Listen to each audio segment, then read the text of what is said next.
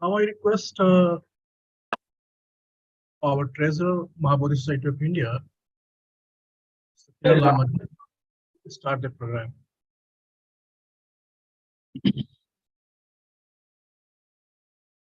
बुद्धो सुसुद्धो करुणा महानभो ज्योतिष शुद्ध वर ज्ञान लोचनो लोकस पाप पकिले शघात को वन्दामि बुद्धं अहम् आदरेण तं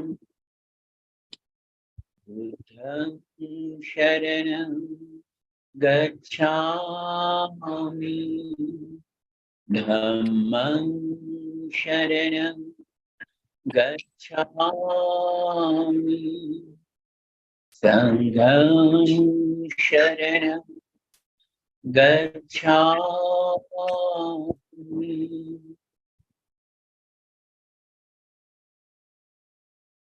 Namo Buddhaya. On the occasion of the 159th birth anniversary of Bodhisattva Anagarika Dharmapala, the Mahabodhi Society of India has organized this international webinar on the theme Anagarika Dharmapala and Contemporary Friends and Well-Wishers of Buddhism in Abroad. We have invited speakers from Sri Lanka, Ukraine, Hong Kong, and many other parts of India.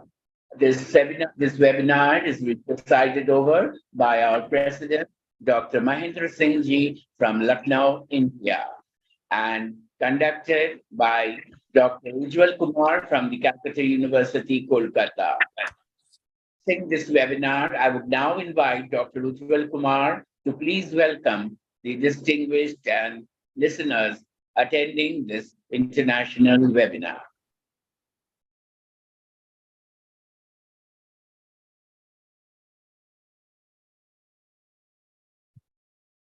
Good evening and warm welcome to the webinar on Anagarika Dharmapal and the contemporary friends and well-wishers of Buddhism in India and abroad. Friends, we are assembled here to celebrate 159th birth anniversary of Anagarika Dharmapala, a visionary Buddhist revivalist and tireless social reformer. His unwavering dedication to the propagation of Buddhist teachings and values not only rejuvenated the faith but also ignited a global interest in this ancient philosophy. Dharmapala's efforts transcended geographical boundaries, bringing Buddhism back to its land of origin, India, and spreading its message to the far corners of the globe. Today we are honored to be joined by scholars, practitioners, and enthusiasts from diverse backgrounds, all of whom share a common thread, a deep reverence for Buddhism and a commitment to its continued flourishing. This webinar provides us with a unique opportunity to explore the life and work of Anagarika Dharmapala, whose life mission was to revitalize Buddhism in India and beyond. As we know, Dharmapala's efforts were not limited to religious revivalism. He also worked towards social and political reforms.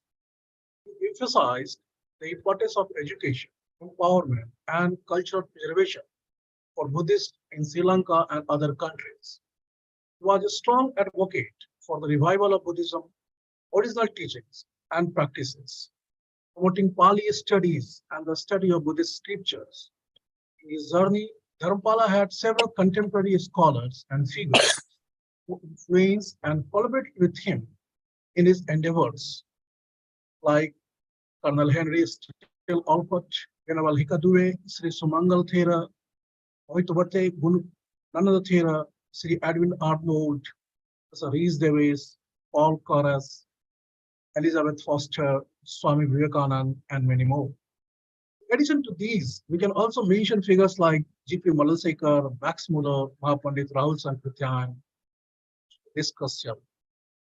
These individuals represent just a handful of the many were associated with Anagarika Dharmapala and his endeavors to advancement of Buddhism and cultural rejuvenation in his era. We are truly honored to have you all here today as we come together to pay homage to the life and legacy of Anagarika Dharmapala and to explore the vibrant landscape of Buddhism. Distinguished speakers from around the world. Our webinar brings together an illustrious panel of scholars and experts who have dedicated their lives to the study and practice of Buddhism. Each of our speakers bring a unique perspective and expertise that promises to enrich our understanding of the multifaceted dimension of Buddhism. It is indeed a privilege to introduce our distinguished speakers today. First, Professor Stephen Camper from United States, whose extensive research has illuminated the global impact of Anagarika Dharmapala and his contributions to the spread of Buddhism. Professor Stephen Camper is very shortly going to give the keynote address of today's webinar. Our second speaker, Professor Asante Ratne from Sri Lanka, a renowned scholar whose work has set light on the philosophical and cultural significance of Buddhism in this region. Dr. Konstantin Glivich joins us from Ukraine, bringing his international perspective on the contemporary challenges and opportunities facing Buddhism. Professor Siddharth Singh from Banaras Hindu University, whose deep insights into the intersection of spirituality and society will undoubtedly inspire us today. Dr. Vipin Barua, a young scholar from Hong Kong University, whose expertise in the modern dynamics of Buddhism will offer a fresh perspective. Prasad from India, whose direct association with the Mahabodhi Society will significantly enhance our understanding of the Anagarika Dharmapala's mission. Our next speaker will be Professor Subhasi Saha from India, whose work has advanced our knowledge of Buddhism historical roots in this country. Our last speaker will be Professor Bimlendra Kumar from India. Now he is in the Lumini, whose contributions to the study of Buddhism in contemporary India are highly respected. This distinguished panel reflects the global reach and relevance of Buddhism, illustrating how it transcends border and cultures, touches the hearts and minds of people from all walks of life. Throughout the course of this webinar, we will have the opportunity to engage with profound discussion, thought-provoking presentations, and enlightening exchanges of ideas. Together, we aim to deepen our understanding of Buddhism, past, present, and future. I wish each and every one of you active participation. It is through such collective efforts that we can truly honor the legacy of Anagarika Dharmapala and continue to nurture the global network of friends and well-wishers of Buddhism. Once again, warm welcome to all our esteemed speakers and attendees. Presence here today makes this webinar a momentous occasion, and we look forward to the enlightenment and inspiration that will undoubtedly emerge from our discussion.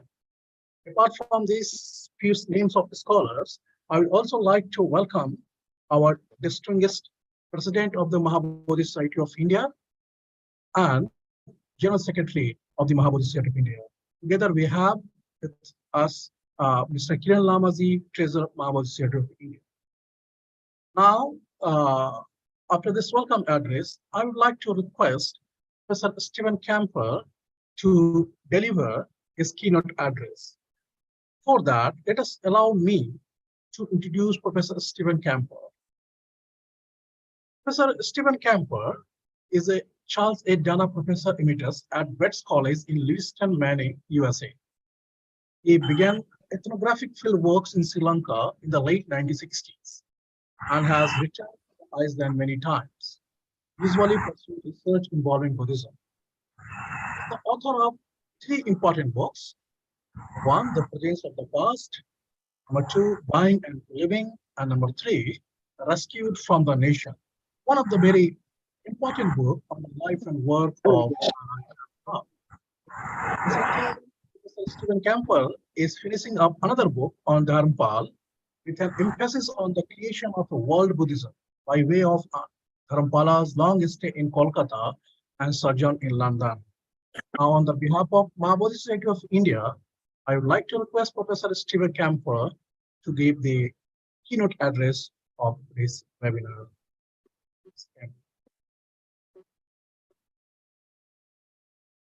Thank you very much. I hope you can all hear me. Um, wonderful. I am honored to have a chance to speak to you and to make contact with fellow scholars and Buddhists and people interested in Dharmapala. I've been pursuing this path for a long time, and it's a great treat to have a chance to meet fellow inquirers. I begin from the assumption that Dharmapala was a man of many parts. The part that typically is emphasized in Western scholarship on Dharmapala is has been a Protestant Buddhist. And to be sure, he was educated in missionary schools, and to the extent that he practiced a Buddhism of protest, and to the extent that he learned Protestant techniques for missionizing, that characterization is fair enough. But I want to try to spend my time with you this morning. Well, it's evening or afternoon where you are, morning where I am. I want to spend my time with you talking about Dharmapala on the Bodhisattva path. This is the part that I think is fundamental to the many activities that marked his career, and I'll try to lay that out as carefully as I can. It's the part of his career that really has the most salience for India, because on my understanding of who Dharmapala was, he was the inheritor of a renunciatory tradition that began 2,500 years earlier in India. And that part of his career, I think, is that which stands behind all of the other parts of his career. He spent most of his life in India, which is notable to the extent that in Sri Lanka, he's regarded as the great Sinhala Buddhist reformer, and he was that too, but he spent nearly 40 years living in Calcutta, and that's where the majority of his life was negotiated, and he died at Sarnath. So he, as the famous words he spoke at the end of his life, my life will be given birth to humanity. I will practice paramitas. I will save the world. He had that prathanava several times. He repeats it repeatedly in his diaries, and he frequently says, I want to be reborn 25 times in India, and I want to be reborn as the son of an Indian Brahmin family. The connection with India is very strong, to be sure. He needs to be understood as a man who renounced the world at an early age. He took the Bodhisattva vow in 1895, and from that point onwards, he wore ochre robes. He did not wear white robes. White, the lower cloth would have been a sarong, and the upper cloth would have been a kurta had he been a pious layperson. He did not think of himself as a pious layperson. He thought of himself as a renouncer, and he wore ochre he really wore it on several occasions before 1895. He went to the World Parliament of Religions in 1893 in Chicago, And on that occasion, he wore white. Vivekananda wore ochre. Dharmapala wore white. There are several photographs of the South Asian delegates to that Congress, and those pictures are dominant in the public memory of Dharmapala. But by the time on his way home from the World Parliament of Religions, he started to dress in ochre. That was 1893. He wore ochre for the rest of his days, and he regarded his life as the life of a world renouncer. The central fact of that life is celibacy. He practiced celibacy for the duration of his life. He had had a traumatic experience which reinforced that vow. When he was 19, his mother gave birth to an infant daughter, and she died shortly afterwards, and his mother was bereft. And the pain that he saw his mother suffering from losing a child simply redoubled his intention to be a world renouncer. He would have joined the Buddhist monkhood had he not had a disability. At age 4, he had an accident that he describes in different ways. It resulted in one clear way, which is his right leg was disabled, and as a consequence, he walked with a kind of gallop. Despite that, he contemplated becoming a samanera and not going onwards to upasampada. But eventually he came to the decision that he would become an Anagarika or a brahmacharya. He uses those terms interchangeably. The one that's more familiar is brahmacharya for obvious reasons. The less known word, the more innovative connection he made was his being a Anagarika, namely a homeless wanderer. And he spent his life practicing celibacy, doing meditation, and being a vegetarian. He was in modern terms a flexitarian, because on occasion he ate fish, he ate chicken, he ate mutton, but for the great majority of his life, he was a vegetarian, and he practiced meditation. But for Dharmapala's reasoning, meditation made no sense for a man unless the man were celibate. So again, I return to the theme of celibacy because that I think is central to the Bodhisattva path and the way he thought about making spiritual progress. There's a point where Vivekananda says that if Krishna or Shiva were not celibate, I would have no interest in them as gods to be worshipped. What is required for the spiritual life, for progress, is celibacy, and consequently that was central to Dharmapala's self-understanding of what he was about.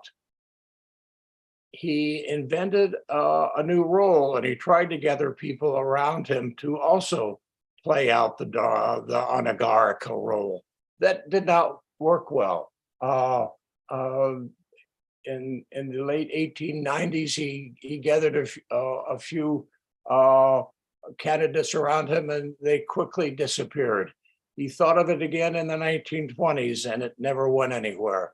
So in effect, he invented a role of being a world renouncer and a Dharmadutta, spreading Buddhism around the world, but he wasn't able to convince other men to follow him in his life choice. He was in no way hostile to the monkhood. Uh, Richard Gombrich says somewhere that Dharmapala wanted to laicize the monkhood. He didn't want to dispatch the monkhood. He didn't want to diminish their influence. He did not want to laicize the monkhood. The truth of the matter is, he had harsh opinions about the behavior of Sri Lankan Buddhist monks during his lifetime, and he wanted to reform them, but he did not want to reduce their status or their importance. And that's indicated by the very fact that at the end of his life at Sarnath, he was robed, and 18 months later, he was given upasampada by Buddhist monks who came from Sri Lanka and gave him higher ordination. And that's the condition in which he spent the remaining days of his life. What is unique about his being taking upasampada at the end of his life, taking the robes and being upasampaded at the end of his life, is that he really never had a teacher. He never had any authority. He never had a guru. He never had a mentor.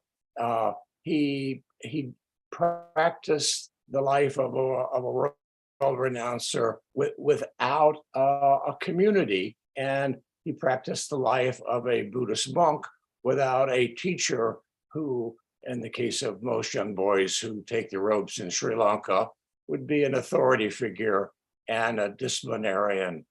For Dharmapala, he was upasampaded. The Sri Lankan monks went back to Sri Lanka, and once again, Dharmapala lived a life of solitude. I want to make one final comment about his following the Bodhisattva path, and that is it's useful for recognizing his renunciation as the quiet background that informed the way he thought he would spread Buddhism in the West. The two leading Western Buddhists of his time were Christmas Humphreys in London and Paul Dalka in Berlin. And Dharmapala spent a brief sojourn with Dalka and spent the years between late 1925 and early 1927 in London with Christmas Humphreys, and they were colleagues and frequent interactors. Humphreys was very kind to Dharmapala at that time and helped him get up the stairs when he had to get up stairs to take a bath. They had a close relationship. But the interesting fact of the matter is neither Dalka nor Humphreys wanted to bring Buddhist bhikkhus to the West. They thought it could all be done by lay people, and they thought that Buddhism in print would be adequate for spreading the Dhamma to Western places. There was another obstacle to Dharmapala spreading Buddhism to the West, which was simply the fact that by the 1920s, a large number of Buddhist texts had been translated, and Westerners knew quite a lot if they were interested in Buddhism and the doctrine. And to that extent, Dharmapala had nothing to add. It would seem to many people looking at the situation. Dharmapala thought that he had something very powerful to add, and despite the fact that he was an autodidact and not trained up in Pali, not trained up in the Dhamma, Dharmapala thought that he had something that Western scholars did not have, and that was he was celibate. He was a world renouncer. He was on the Bodhisattva path. And by his reckoning, someone who was on the Bodhisattva path could see things in the Dhamma that no Western scholar, whatever their knowledge of Pali might be, no Western scholar could see. And that seems to me to be a very powerful way about the importance of renunciation in Dharmapala's life, and the way Buddhism comes to be a world religion by way of his example. Let me stop there and give up the floor to my distinguished colleagues, and I'll be an avid listener to what they had to say. Thank you very much.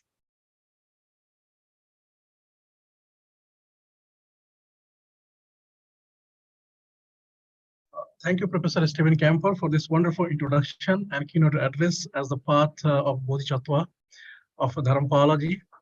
It was really a wonderful exposition. Now, I would like to request our first speaker of this webinar, Professor Asang Tiraratne ji from Sri Lanka, who is going to speak on Anagarika Dharmapala in the making, some early influences. Let me allow to introduce Professor Asang Tiraratne ji. Professor Asang Tiraratne, ESD University of Hawaii, is Emeritus Professor of Pali and Buddhist Studies and founder head of the Department of Buddhist Studies at University of Colombo, Sri Lanka. During 2003 to 2006, he served as the Director of Postgraduate Institute of Pali and Buddhist Studies, University of Kelania. In 1999 to 2000, Professor Tiraratne was a Senior Commonwealth Fellow and was attached to Oriental Institute, Oxford University. He has served as a visiting professor at Yonsei University, Korea, Otago University, New Zealand, Savitribai Phule Pune University, India, Somaya Vidya Vihar, Mumbai, India, and Sidgo International Buddhist Academy, Myanmar. He has published both in Sinhala and English more than 100 papers on Buddhist studies. Of his more recent academic works, Theravada Buddhism, The View of Elders, 2012, was published by University of Hawaii Press in the series of Dimensions of Asian Spirituality. He co-edited with Professor Oliver Anagarika 2,600 Years of Sambuddhatva, Global Journey of Awakening, a work covering the history and the current status of global Buddhism of all three traditions. In 2002, Professor Tiraratne founded Sri Lanka Association of Buddhist Studies, an academic and professional organization of Buddhist scholars in Sri Lanka, and continues to serve as its joint secretary. In 2003, he founded with a group of academics and professionals Dhamribi Foundation, a government-registered, not-for-profit voluntary organization for economic, social, educational, and spiritual development, and continues to function as its founder chairman. We are very fortunate that Professor Asang Tiraratne is joined today with us. He is here, and now I would like to request Professor Tiraratne to deliver his lecture.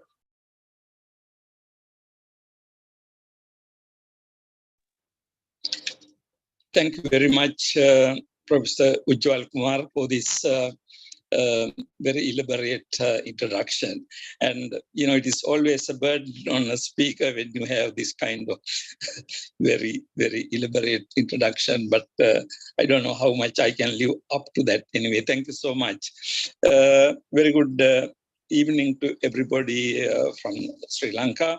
I'm honored to have been invited to speak at this occasion organized by India Mahabuddhist Society. So Venerable Sivali, the President of India Mahabuddhist Society, and all the distinguished scholars and guests gathered here, in particular Professor Stephen Kemper, And also in the audience, I see scholars like Bimalendra Kumar and many others. So I really wonder whether I have anything exciting to say in this very learned, among these very learned scholars.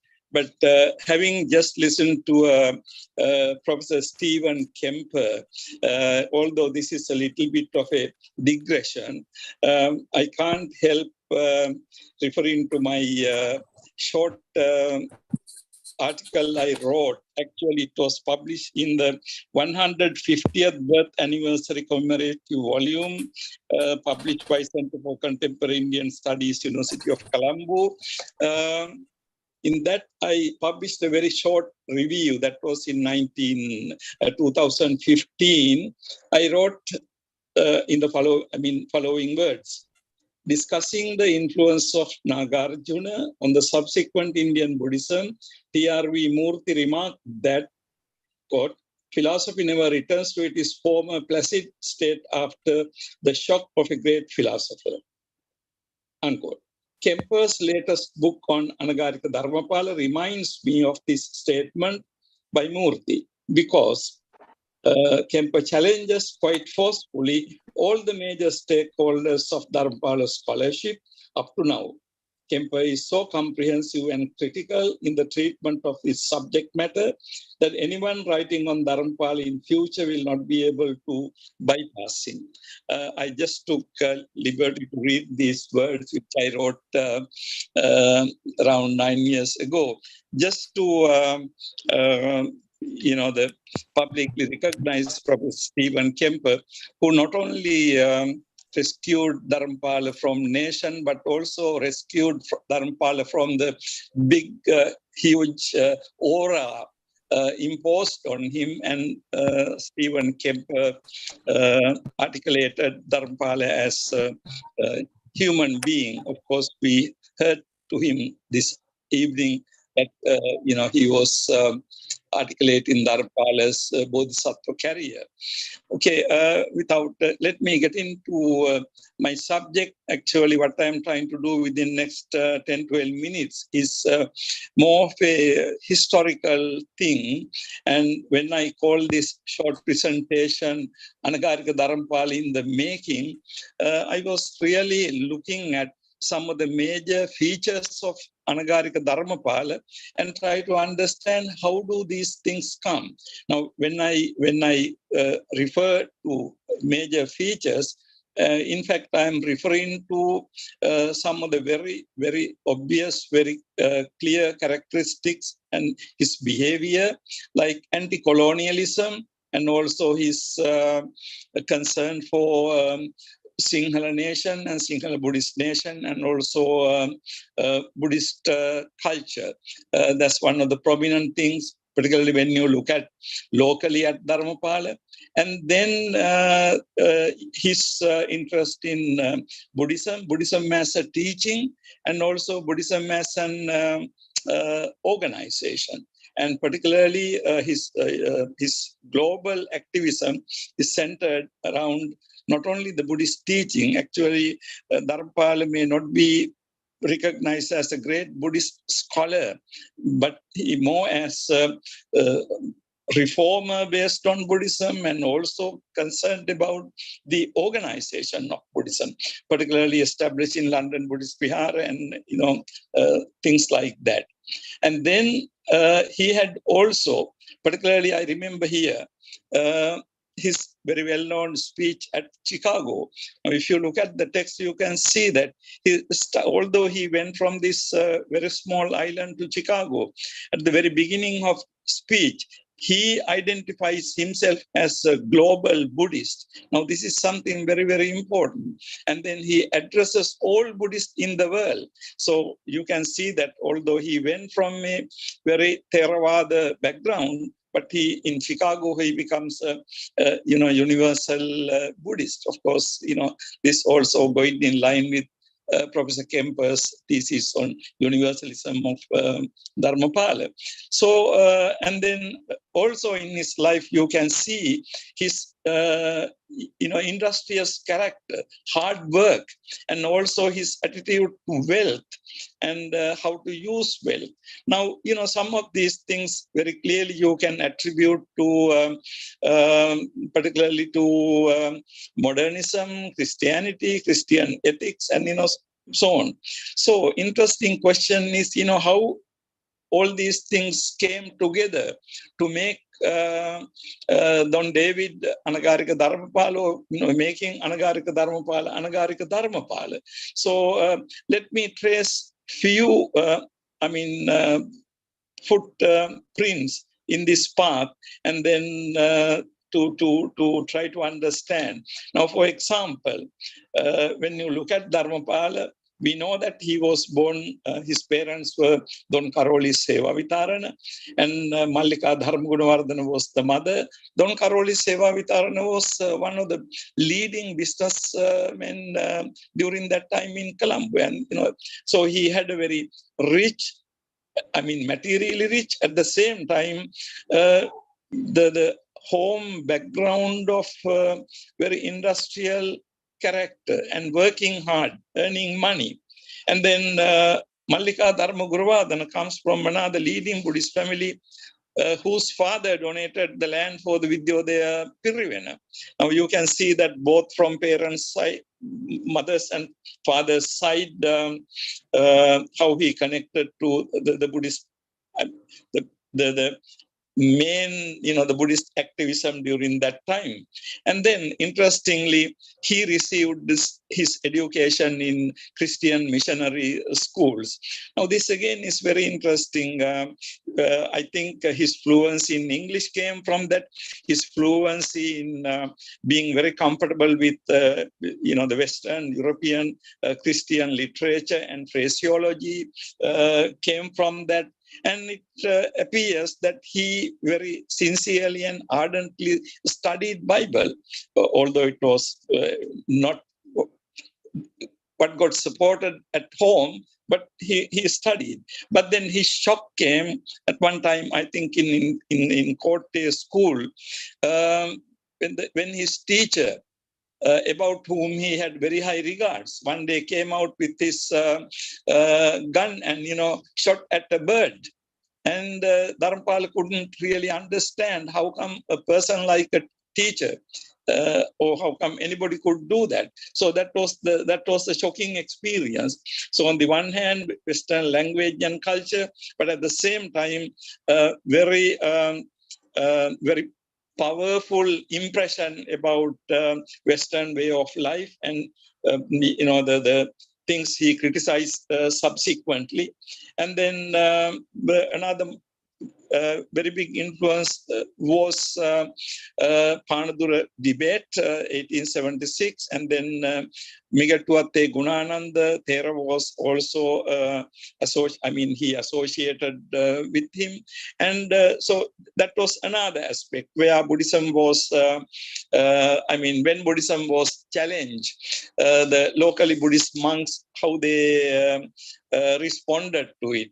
In fact, we know, I don't need to go into the details of the story, Buddhist monks at the very beginning even allowed Christian missionaries to use their dharmashalas to, the whole public talks.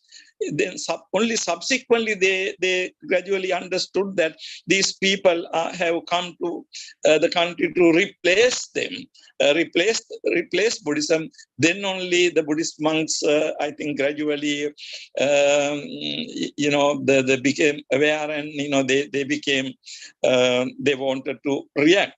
I think it is very interesting to see that in Buddhist tradition, Buddhist monks are almost born orators. So I think in challenging them into debate, Christian missionaries made a very big mistake. But anyhow, this along with that, in the Vidyodaya Pirivena, Venerable Sumangala, Hikkaduwe Sumangala, was behind this debate. And if the Migatuate Gunananda Thera was the orator, the intellectual support came from the Buddhist, erudite Buddhist monks headed by Venerable Sumangala. Then again, Dharmapala had the good fortune of associating. Then subsequently, the very important, another very important influence would be Henry Steele Olcott and also Madame Blavatsky. I'm sorry, I'm rushing through these things, but I mean, because everybody knows these things, nothing new. Something very interesting. I mean, they arrived in the country in 1880, and Dharmapala was associated with them, worked as the interpreter and supporter of Henry Steele Olcott. And I think the decisive thing was 1884 trip to Adyar with Madame Blavatsky, and then he was supposed to study occultism there. However, it is very interesting to see that at some point, according to his own words, Madame Blavatsky asked him to come to meet him, and she says that you here came to study occultism, but if you study Pali, you don't need to study anything else, including occultism. You have everything in Pali, so you go back and you learn Pali and you work for the welfare of the humanity. Now, this appears to be a turning point in Dharmapala's life. And of course, every time I read this story, I think there is something unspoken, maybe particularly perhaps from the side of Blavatsky, what she had in her mind when she directed this young man, not to her own favorite type of thinking of occultism or theosophy, but back to Buddhism. Of course, we can't get into their brains now, but I think that is a very important decisive step. Now, when we look from this, his parents and his urban background and affluent society and the Christian education and English and very close relationship with the most erudite and well-known Buddhist monks during that time, and then getting exposed to the mode of working and thinking with Henry Steele Olcott and Madame Blavatsky, I think I would consider, of course, I'm sure you are able to add many more to it. But when I look at, when I glance through his story, I can see that these are the things, particularly, that were very influential in making what Dharmapala subsequently continued to be. Now, looking from in a more philosophical point of view, all the Buddhist scholars, everybody is studying Buddhism. We know that everything is dependently originated and dependently arisen. So in a way, we can say that Dharmapala is no exception. He is also dependently arisen, and what came out in Dharmapala is, the response to the need of the country and need of the world. Okay, not taking much of your time, let me come to my last point. After 159 years today, and then we are commemorating his 159th birth anniversary. Now, what is the point of this exercise? Is it something like we are paying gratitude or we are doing some kind of historical exercise, just kind of, hero worshipping type thing? If anybody reduces this kind of effort to that type of thing, I think that is to miss the point. I think our aim should be, when we discuss Dharmapala and rediscuss Dharmapala, I think the ideals Dharmapala stood for. I'm not talking about the Sri Lankan situation today. Actually, it is very interesting what we are today. Dharmapala predicted long time ago exactly the same words. So it is unfortunate fact, but I'm not going to talk about that to you, to the international audience. Everybody knows about it. However, Dharmapala stood for, I think, something very sublime. And then, as he expressed in Chicago speech, ultimately it was the message of the Buddha he wanted to take to the world. I think that is something, the message itself is timeless, and also the humanity needs it. And then, of course, he assumed to be a Bodhisattva, and he dedicated his life for that. I think the significance of that purpose remains today, and it will remain even in future. So therefore, as Dharmapala did, I think ultimately our purpose and what we get from reflecting on this great person will be to let the world have this great teaching for Bahujana Hitaya, Bahujana Sukhaya, for the welfare and happiness of the many. So thank you very much, and let me wind up. Thank you. Thank you, Professor Asankaratneji, for this wonderful lecture and pointing out the true aims and objectives of Dharmapala studies.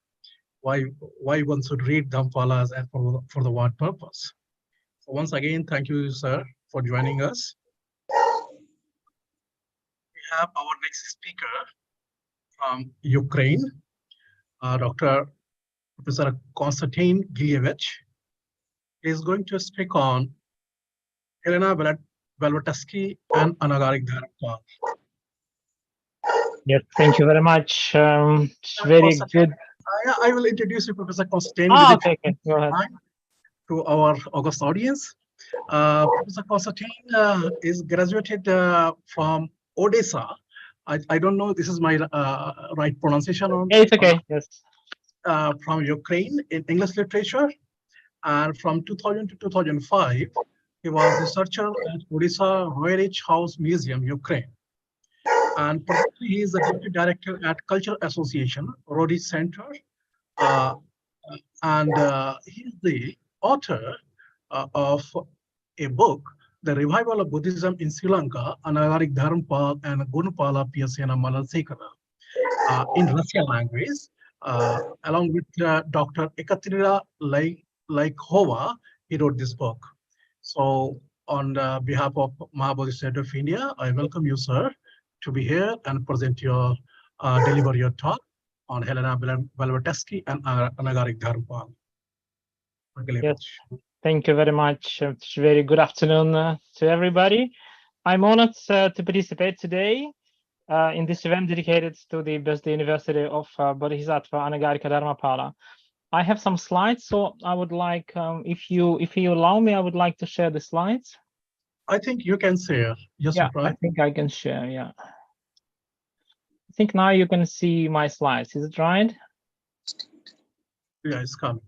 Yes. Yes. Yeah, should be okay right now, right? Yes. Okay, so it's very interesting that the previous speaker, Professor Asanga Tilakaratne, already mentioned about this, but I would like to elaborate more about this.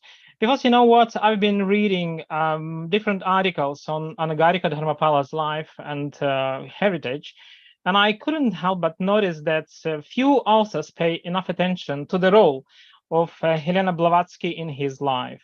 So I thought there should be some, historical justice, at least to some extent. And I'll take Anagarika Dharmapala's own words from his diaries, from his letters, from his reminiscences, to show what he thought about the role Helena Blavatsky played in his life. That should also help us to better understand the foundation of Anagarika Dharmapala's philosophy. The first quotation will be quite straightforward. That's what Anagarika Dharmapala wrote in his diary on December 20th, 1930. I'll quote. The German Bodhi was impregnated in my heart by my father. The germ of renunciation was impregnated by my mother, and the Devas induced Mrs. Mary Foster of Honolulu to help me. The path of perfection was shown to me by Madame Blavatsky in my 21st year. Very interesting, right? Only 3 persons was mentioned, and Madame Blavatsky is one of them. Let me have just a few words about Helena Blavatsky, because I think it's important to have just a fundamental understanding. about who she was. She was an outstanding writer and philosopher. She is the best known for the worldwide renowned books such as Isis Unveiled, The Secret Doctrine, and others. She actually left in total more than 15 volumes of her books. But of course, she is mostly known as the main founder of the Theosophical Society and the principal driving force of the Theosophical movement. Today, the three objectives of the Theosophical Society are as relevant as ever. I want to tell about them. First, to form a nucleus of the universal brotherhood of humanity without distinction of race, creed, caste, sex, of color. The second, to encourage to study the comparative religion, philosophy, and science. And the last one, to investigate the unexplained laws of nature and the powers latent in man. These objects today are as relevant as ever, aren't they? The Theosophical Society was growing very fast, and in 1982, they opened their headquarters in Adyar. The society played an important role in India, and here I would like to just one quotation by Sarvepalli Radhakrishnan, famous Indian philosopher and also the second president of India, and I quote him, when with all kinds of political failures and economic breakdowns, we, Indians, were suspecting the values and vitality of our culture, when everything round about us and secular education happened to discredit the value of Indian culture, the Theosophical movement rendered great service by vindicating those values and ideas. The influence of Theosophical movement on general Indian society is incalculable. End of quote. But let's come back. Let's come back to Ceylon of the second half of the 19th century. The previous speaker already mentioned about this. That was a very interesting connection between Helena Blavatsky, Anagarika, Dharmapala, and the famous religion debates, which was between Christian and Buddhist monks. Professor Asangatila Karatne already mentioned about this, so I will not go into details, but I can mention what Anagarika Dharmapala said. I quote what he said about those debates. The Buddhist bhikkhus had defeated the Christian controversialists and at a public debate, and the germ of modern revival had been impregnated in the island. End of quote.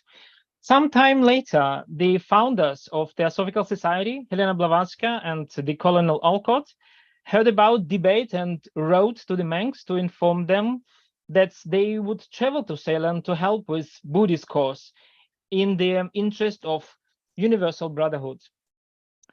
Anagarika Dharmapala wrote, and I quote, "They did come to Colombo a few years later, when I was 16. The Buddhists entertained them royally. I remember going up to greet them. The moment I touched their hands, I felt overjoyed. The desire for universal brotherhood, for all the things they wanted for humanity, struck a responsive chord in me. I began to read their magazine. I was not certain, but I felt that somehow the way would be found in the writings of Madame Blavatsky." End of quote. And one more quote from Anagarika Dharmapala.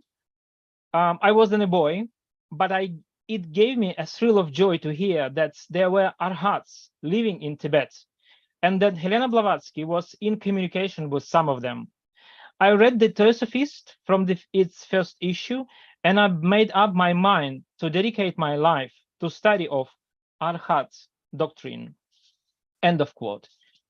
Also, Helena Blavatsky induced his father to allow her to take Anagarika Dharmapala to Adyar. As he reconnected, and I quote, "Madame Blavatsky faced the priest and my united family. She was a wonderful woman with energy and willpower that pushed aside all obstacles. She said, 'The boy will die if you don't let him go. I will take him with me anyway.'" And that's what happened. Anagarika Dharmapala went together with Helena Blavatsky to India. As he recounted, and I quote again, "I went with her to Adyar, and one day in her room, when I was sitting by her alone, she advised me to study Pali and to work for humanity. and that I would get all that I wanted from the Pali books. That was a prophecy. End of quote. That was indeed a prophecy. Later, he acquired a sound knowledge of English, Sinhalese and Pali languages, and additionally, as we all know, he had also mastered the Buddhist scriptures. Later, Anagarika Dharmapala became an active member of Theosophical movement.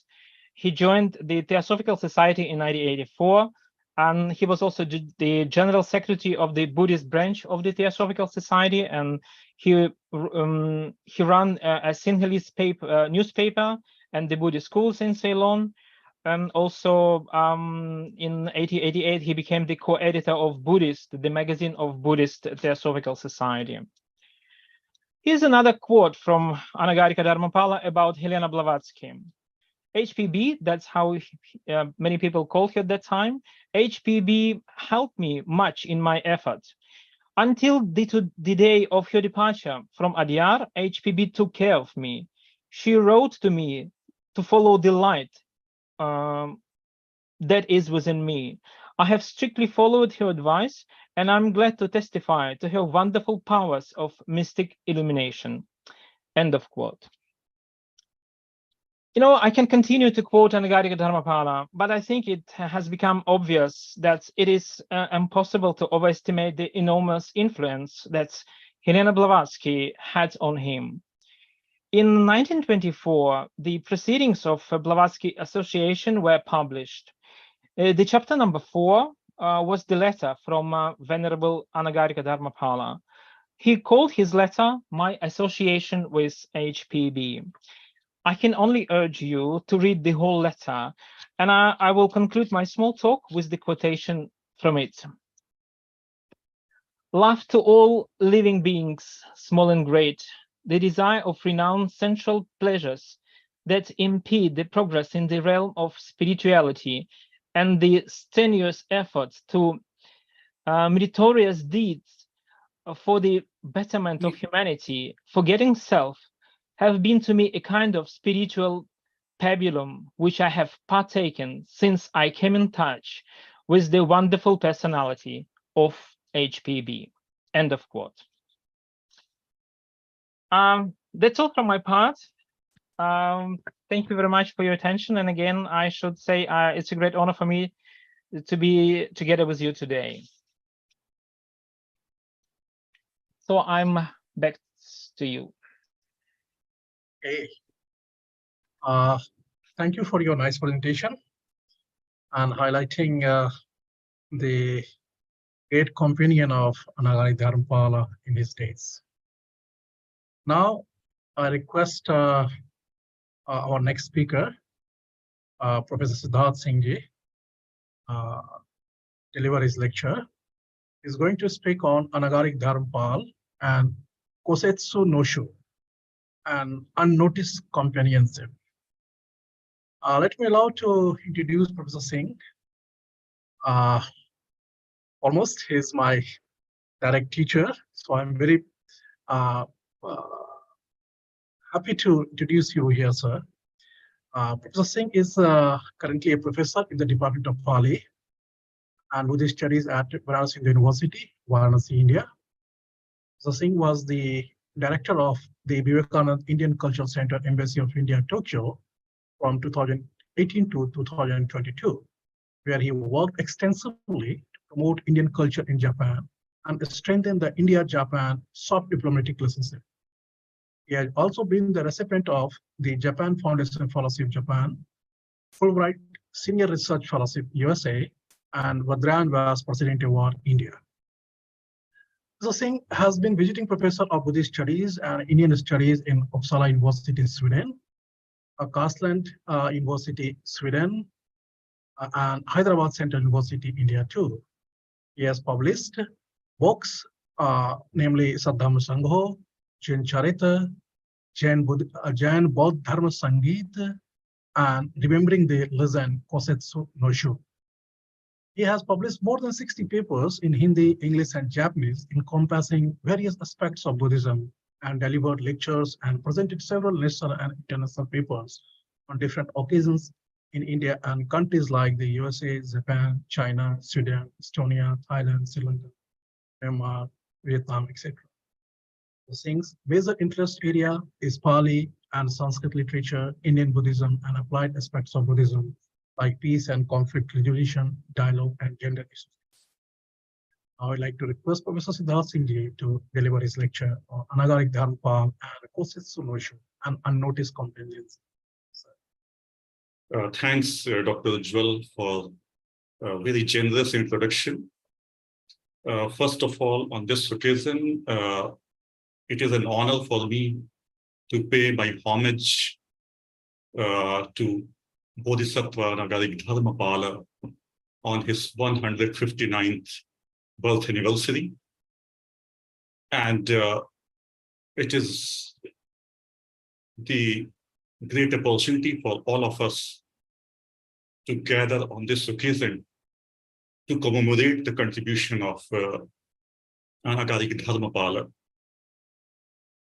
When we observe the contribution of Anagarika Dharmapala, and especially his passion about revival of Buddhism in India, and his vision about that revival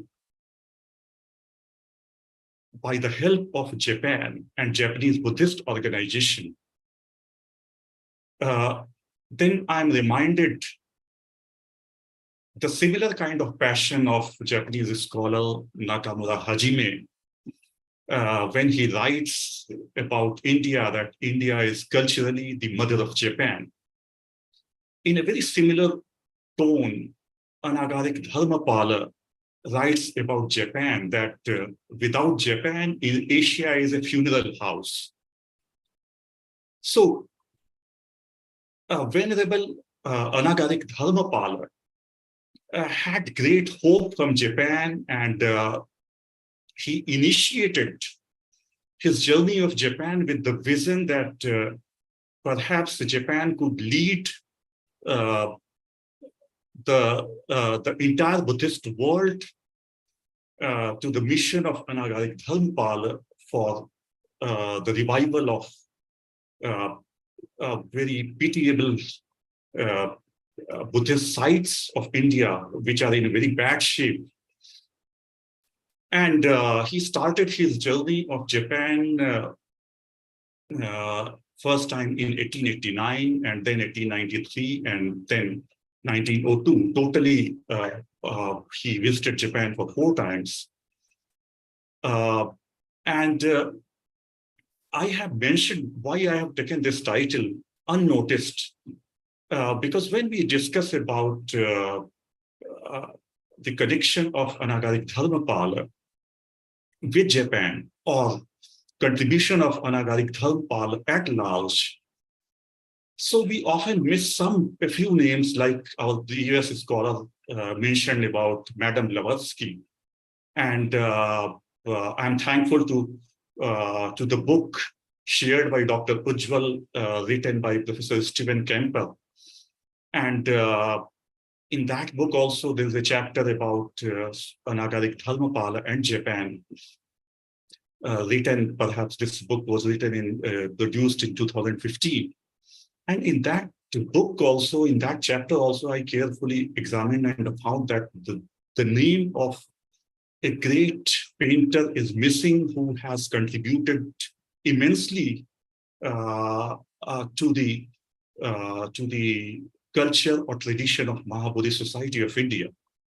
So that is why I thought that we should try to bring those names also into the whole ecosystem of the contribution of Anagarika Dharmapala, so that we could explore much more holistically about the contribution of Anagarika Dharmapala. So, as I mentioned, that Anagarika Dharmapala, in the beginning, when he visited Japan, he had a certain vision that Japan can unify the entire Buddhist order. So, but his entire journey and his interaction with the local society and local Buddhist orders were not that positive as he had expected. his vision was Japanese Buddhism of something like which was on the line of the tradition of original Buddhism, Theravada Buddhism. And when he saw that Japanese Buddhist priests and generally the religious practitioners, they are drinking alcohol and they are engaged with intoxicants. So he was disillusioned, and at initial level, he started losing the hope that perhaps Japan could not extend that kind of, because until we make Japan purely on the line of the Buddhist moral values or Buddhist ethics, it would be difficult to bring Japan as a helper for the revival of Buddhism in India. Other thing is that he also realized during his second visit in 1893 that Japanese Buddhism was so much divided into different kind of cultish Buddhist sects that it was very difficult to unify all those, and all those Buddhist sects have put their masters, the founders of their sects, on an even higher pedestal than they put Buddha himself. So perhaps they may not be very much interested to fulfill his mission. Of course, the first visit of him to Japan was with Colonel Olcott, and it was much more Olcott-centric visit in that Anagarika Dharmapala could not do much, but in the future visits, he took the mission in his own hand. He started to garner the support from the Japanese Buddhist organizations or society. At the later stage, when the chief priest of the leading Buddhist sect of Japan, Higashi Honganji, this Honganji is a sect which is based on Pure Land Buddhism, which was started in beginning of 14th century, based on Sukhavati View Sutra, popularly known as Pure Land Buddhism. And still in the model Japan, the largest following is of Jodo Shinshu, which is this new Pure Land Buddhism. And it is further divided in Nishi Honganji and Higashi Honganji. And Higashi Honganji was the leading Buddhist sect of Japan. And when he met Chief Priest Otani of that sect, and he made him pay a visit of Bodh Gaya, and he had hope that if he could gather the support of Higashi Honganji, so perhaps a lot of financial aid could be procured from that largest Buddhist sect of Japan, and that would be not only immensely helpful to revive the Buddhist sites in a physical sense, but also garner support from the Buddhist world at large. But he realized that Mr. Otani didn't pay much attention about the condition of Bodhi Mahavihar temple of Bodh Gaya. And then, but the entire story shows that what kind of passion and devotion Anagarika Dharmapala had for the revival of Buddhism in Japan. And in that conquest, in that mission, he didn't mind his image being projected as an Indian in Japan rather than a Sri Lankan fellow. And in a little sense, it also helped him because generally the Japanese society had the concept of India as Tenjiku, as heaven which had come as a heaven in their ancient folk tales, Nihongi or this Heiji Monogatari. Later, unfortunately, at the last stage of Anagarika Dharmapala, because when Anagarika Dharmapala wrote a letter to the imperial government of Japan, asking to send any painter because he was aware of the fineness and delicacy of the Japanese art style. And he requested Imperial Government of Japan to send any painter who could do the paintings on the walls of Moolgankuti Vihar at Sarnath, Varanasi. And at this point of time, this gentleman, Japanese artist, Nosu Kosetsu, comes into the picture. And this Kosetsu Nosu had already visited India in 1917. And he became a part of the team of a very renowned Japanese painter whose name was Kanpo Arai. And he was greatly influenced by the mural painting of Ajanta caves.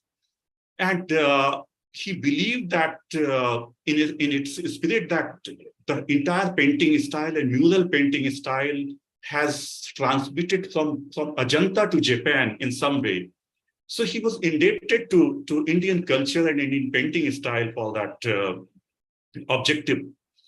And when he got this, he was interested with this task of doing something on the request of Anagarika Dharmapala in relation to Moolgankuti Vihar at Sarnath.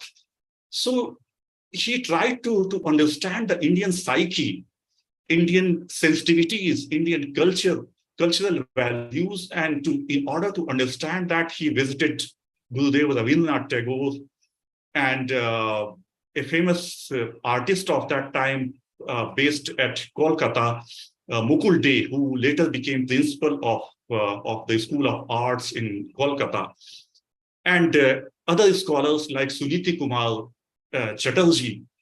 And he tried to understand that what kind of painting and what kind of depiction and what kind of events could be suitable to if he is supposed to, if he wants to go ahead with the paintings on the wall of Moolgankuti Vihar. And understanding the entire ecosystem of Indian culture, Indian Buddhism, and Indian psyche, he did the painting. He depicted entire life of the Buddha, right from Buddha's birth to till his Mahaparinirvan on the walls of Moolgankuti Vihar. And the painting, the mission he started, it was started in 1932, and it was completed in 1936. So in a way, you can understand that in 1933, Anagarika Dharmapala, unfortunately, when he passed away, so he could not live long enough to see the completion of the amazing paintings. But when the painting project was completed, so it was a huge event in India, and a big ceremony was organized by a renowned freedom fighter and companion of Mahatma Gandhi, Mahamana Madan Mohan Malviya, who also founded Banaras Hindu University, where I'm teaching right now. So Mahamana Madan Mohan Malviya organized a big ceremony to celebrate the completion of this painting project. And in that, Kosetsu Nosu was honored. Unfortunately, Anagarika Dharmapala could not attend that ceremony. And not only that, if you have visited Sarnath and Moolgankuti Vihar, so at the door of Moolgankuti Vihar, you might see a huge bell with Sanskrit and Japanese and Chinese inscription of that. And that bell was also was brought by Kosetsu Nosu, which was installed at the gate of Moolgankuti Vihar. So in that way, his contribution was immense, and the entire credit of bringing him to India goes to Anagarika Dharmapala and Mahabodhi Society of India. I would just like to read a few excerpts of the letter which was written by the people of Varanasi to Kosetsu Nosu, showing the gratitude to his work. And I would like to read out just one paragraph to highlight the contribution of Kosetsu Nosu. Quote, "We have watched with profound admiration the manner in which you have worked during the last 3.5 years to embellish the Vihara, Mool Gandhkuti Vihara. Your calm dignity, earnestness, religious devotion, and high sense of duty have filled us with admiration. In spite of many inconveniences caused to you in the accomplishment of your task, you have succeeded in giving to this ancient city one of the finest works of art of which we can be proud. Your work will be a landmark in the history of fresco art in this country as it combines the grace and wealth of Ajanta with the high technique of your mother country. We have no doubt that all lovers of art and the larger public who will visit this Vihara, Mool Gandhkuti Vihara, in years to come will gratefully recognize your devoted endeavors and be inspired by the scenes of Lord Buddha's life you have so beautifully painted." So, Mool Gandhkuti Vihara at Sarnath, Varanasi, does not only signify the revival of Buddhism in India, but also it is a remarkable symbol of the companionship of two great people of that time, Anagarika Dharmapala and Japanese painter Kosetsu Nosu, which must be taken into account.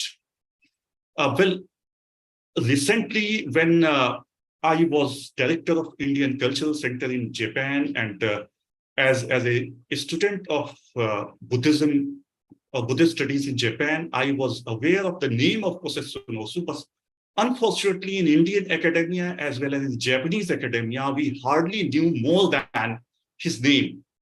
And I was visited by a society which is devoted for honoring the work of Master Kosetsu Nosu.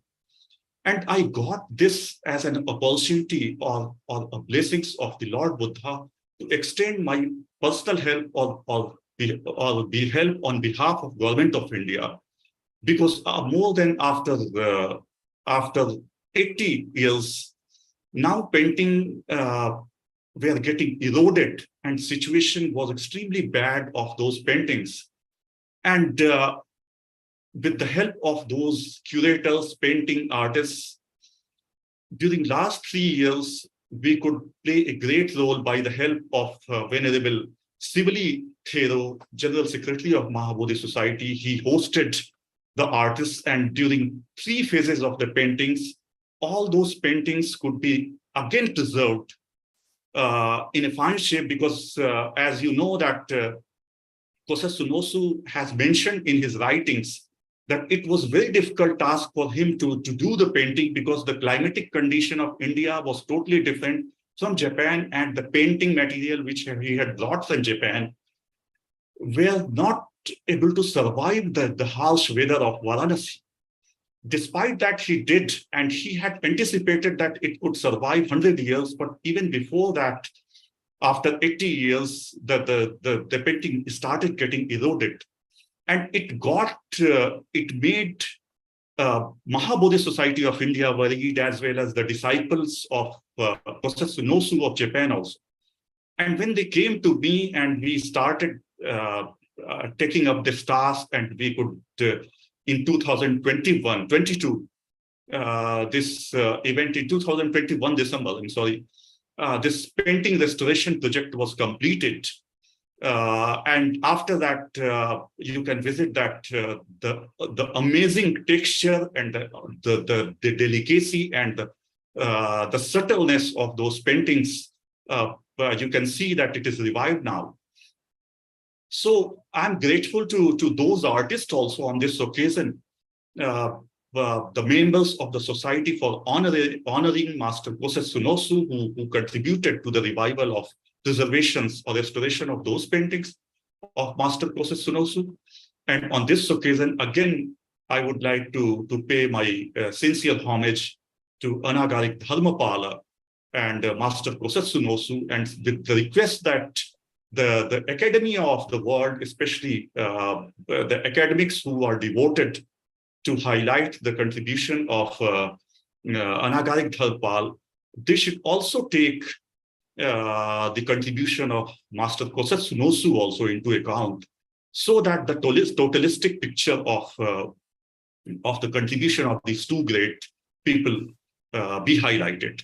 At last, I would like to show that by the inspiration of my dear friend, Professor Vimlan Kumar of my department, and Venerable Sivali Thero, I could prepare a small monograph to record the history of Master Kosetsu Nosu's contribution and how present restoration project could be conducted.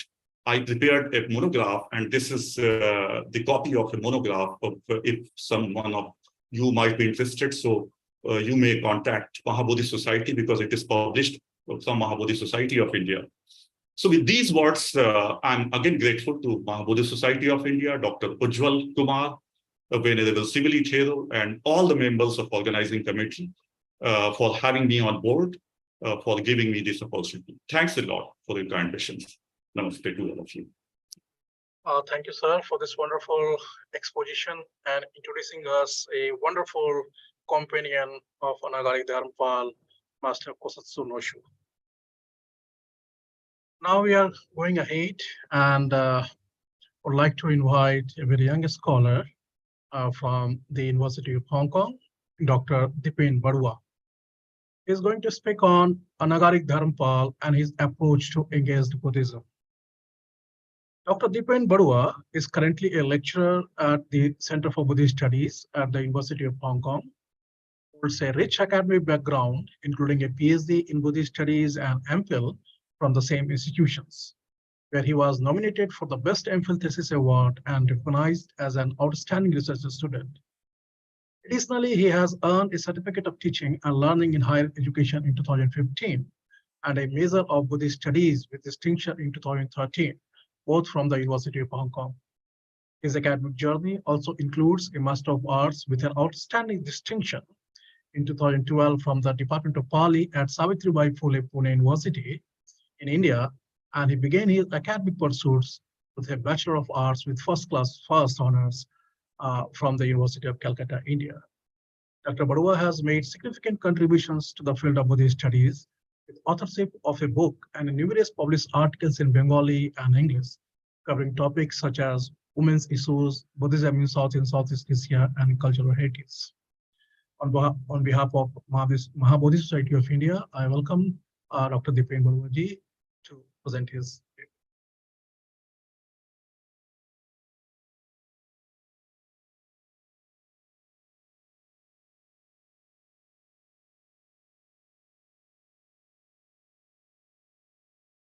Yes, Dipen, now you can start.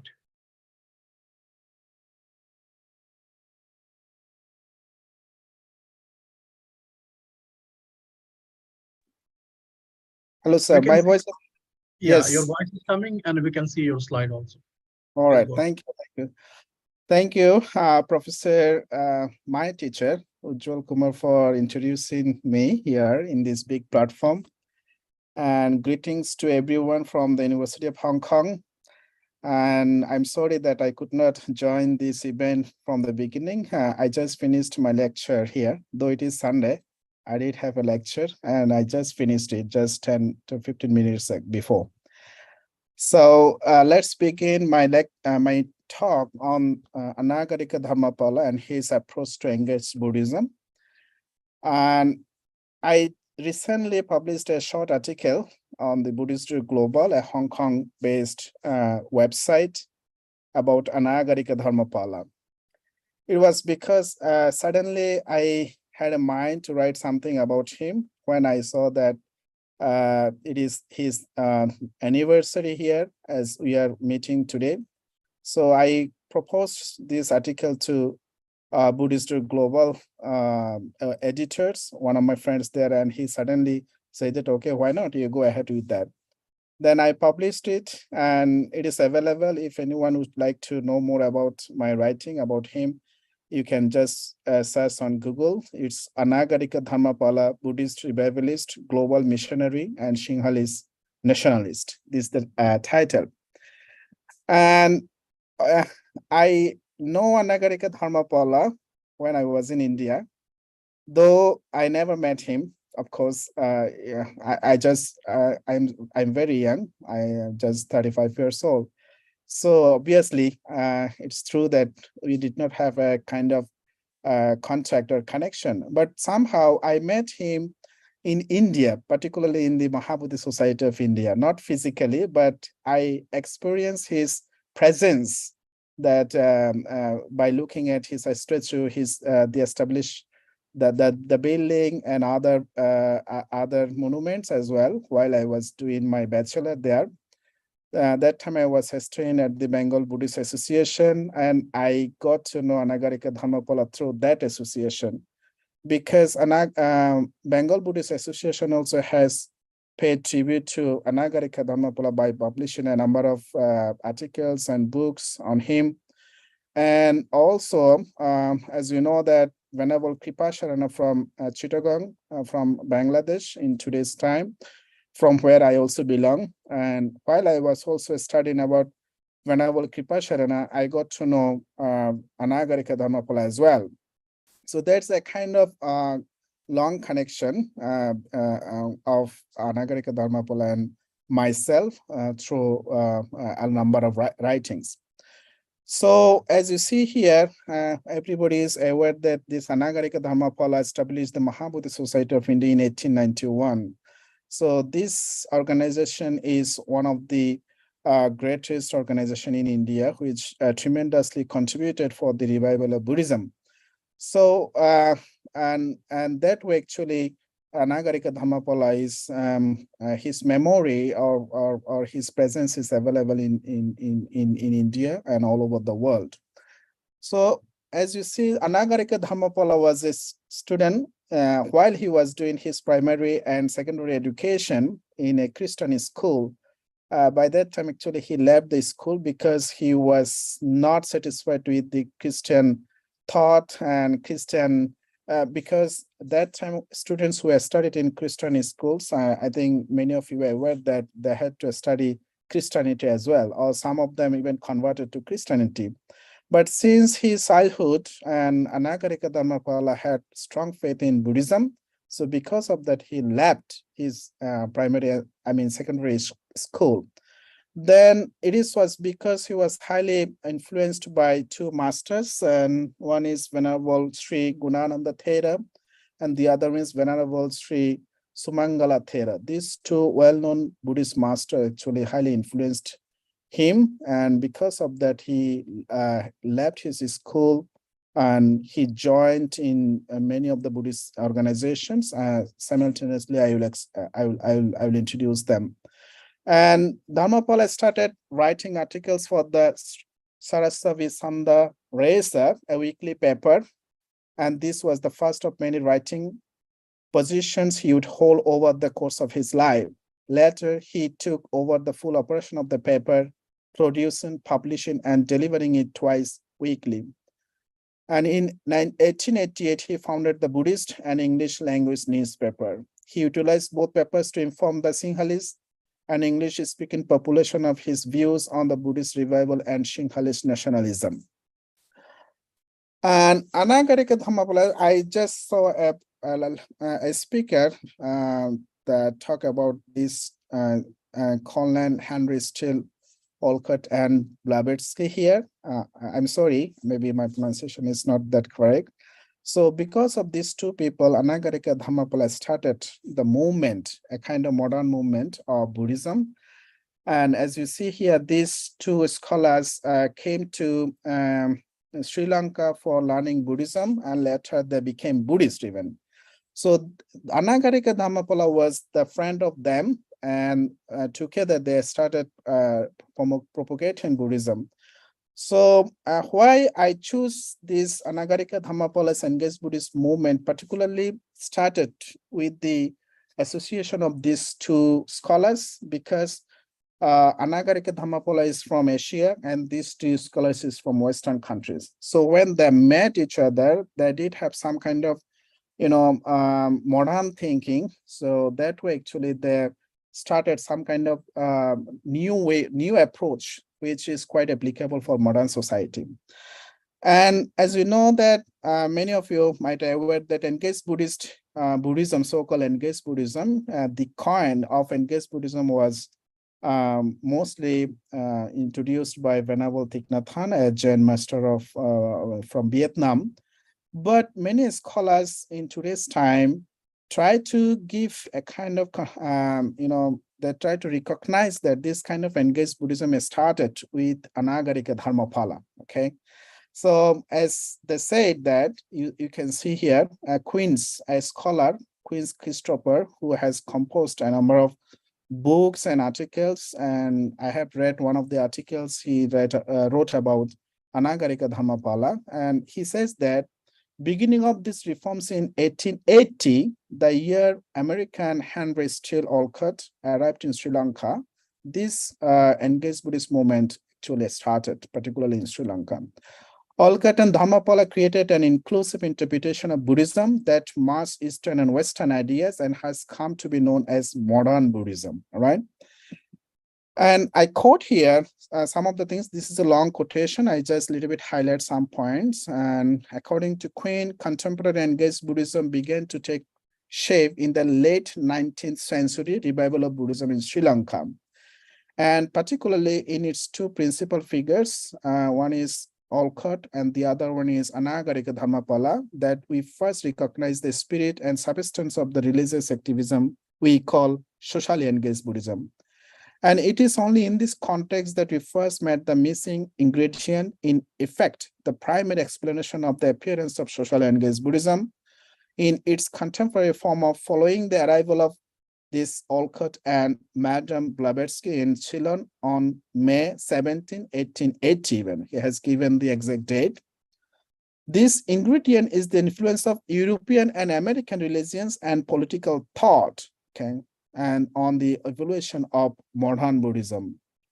And Anagarika Dharmapala particularly influenced by these two great figures, and with that actually he tried to understand Buddhist teaching from a modern perspective. And because of that, as you see here, he emphasized on moral behavior in the real world. For instance, he emphasized the importance of incorporating fundamental Buddhist principles like the Eightfold Path into one's daily life. Some have called the outcome a Protestant Buddhism, which emphasizes applying spiritual teaching to daily life. And in recent time, actually in Sri Lanka, some scholars try to see Sri Lankan Buddhism in two aspects. I'm sure here some scholars, some professors are from Sri Lanka, they may know better. And I have read one of the articles by Richard Gombrich, and he has highlighted these 2 points, that the two different aspects of Buddhism in Sri Lanka have been expertly analyzed by contemporary researchers. One is modern Buddhism and the other one is Protestant Buddhism. Okay. And Dharmapala's form of Buddhism is sometimes referred to as Protestant Buddhism. Okay. In two sense, this is Protestant. It is because initially influenced by Protestant principles, including independence from religious institutions. Secondly, it stands in direct opposition to assertion of Christian superiority, colonialism, and Christian missionary efforts to undermine Buddhism. And Dharmapala is an excellent example of Buddhist modernist and maybe the most representative figure in Protestant Buddhism. He was especially focused on demonstrating how Buddhism was compatible with social life. As he says here, to build a rest house for the public good, to build a bridge, to help the poor, to take care of parents and holy men, to establish free hospitals, all these are productive of good karma. I unquote here. As you see, in today's time, modern Buddhism actually, or so-called engaged Buddhism, and emphasized this kind of things, which is working with society, uplifting the problems of society, removing the different kinds of suffering of society. So almost 100 years ago, even, Anagarika Dharmapala had this kind of thought. So because of that, modern scholars, particularly who are working on modern Buddhism or engaged Buddhism, always recognize that this Anagarika Dharmapala is the first figure, particularly who is emphasizing Buddhism for modern society or in social context. With that, I also quote here two important things that Anagarika Dharmapala has said, and he criticized the monks, particularly the monks who are indolent. They have, he says, they have lost the spirit of heroism and altruism of their ancient examples. He also says that the ideal of the Buddhist faith consists in realizing through spiritual experience and moral acts the continuity of life in man and nature and the fellowship of all beings, unquote. So this, by reading this quotation, I like to finish my my talk here is that my main focus of my presentation is about his approach to engaged Buddhism. It's because in today's time, many people give much preference of the kind of engaged Buddhism with the Venerable Thich Nhat Hanh. But if you see that the contribution made by Anagarika Dharmapala, even 100 years ago, that he had the thought of, contributing to the society. And he somehow sometimes also criticized the monks in that context, that who were indolent and lazy, not contributing much to society, not engaging with the community, etc. So if you take all these examples of his life, and I'm sure that in today's time, even not only lay people, monks also can learn from his teaching or from his writing, even from his thought. That way we can contribute much better to the society. So thank you very much, Professor Ujjwal Kumar, for giving me this opportunity, and also to the Mahabodhi Society of India for inviting me to give this short speech on Bodhisattva Anagarika Dharmapala. Thank you very much. Thanks a lot. Thank you, Dr. Dipain, for this wonderful exposition and highlighting the role of Anagarika Dharmapala as a engaged Buddhist, as the first engaged Buddhist. Now we will go further, and would like to request Professor Bimlendra Kumar to present his paper. Professor Kumar will present his paper on Anagarika Dharmapala and his contemporary academic scholars for proposing Buddhist University, Sarnath. Let me allow to introduce Professor Kumar. Professor Bimlendra Kumar completed his PhD in Buddhist Studies at the University of Delhi in 1990 and has since been imparting his knowledge for an impressive 31 years across various esteemed institutions. His teaching journey has taken him to renowned universities such as Delhi University, Viswati Universities in Santiniketan, and Varanasi Hindu University, Varanasi. At present, Professor Kumar holds the position of a professor at the Department of Pali and Buddhist Studies, the Faculty of Arts at Varanasi Hindu University, Varanasi. His scholarly interest encompasses a diverse range of subjects, including Pali, Theravada Buddhism, Buddhist philosophy, and Tibetan Buddhism. Professor Kumar's contributions extend beyond the classroom. He boasts a remarkable tally of 15 books, his credit, primarily as an editor, and his scholarly endeavors also encompasses over 100 published articles, and he has taken on the role of editor for Mahabodhi and Dharmapala journals, publication associated with the Mahabodhi Society of India, Kolkata and Sarnath, respectively.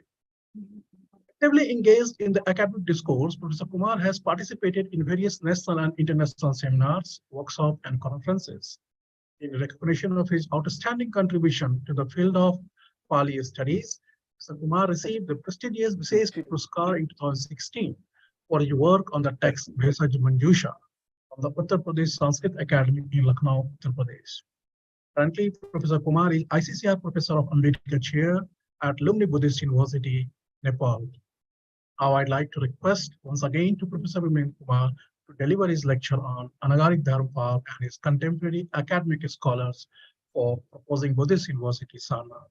Sir. Excuse me, just for once. I have joined a bit late because I had another program in the temple lecture. So will you please, Professor Bimalanta Kumar, his views, will you please allow me to start? May I know who is speaking?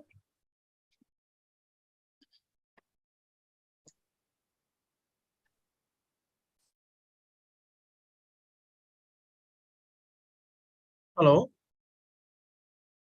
No problem. Thank you, Dr. Ujjwal Kumar. I am audible? Yes, sir. Yes, thank you very much, Dr. Ujjwal Kumar, and Honorable President of Mahabodhi Society of India, Honorable P. Sivali Thero, General Secretary, Mahabodhi Society of India, and all our honorable speakers of this international webinar on the eve of 159th birth anniversary of Anagarika Dharmapala. I feel myself proud and privileged to speak on this occasion, and I am really blessed to pay homage by speaking some of the contemporary academic scholars during the time of Anagarika Dharmapala, who helped him in establishing some of the educational institutions. As we are quite aware that Anagarika Dharmapala is considered as one of the Sinhala nationalist chauvinists who made a revival of the Buddhism in Sri Lanka. He is also known as establishing educational institutions in Sri Lanka, only not for the sake of giving protest to colonial masters, but only to give a understanding that how Sri Lanka is closely related with the original roots of the Buddhism. And on that basis, he established most of the educational institutions in Sri Lanka also.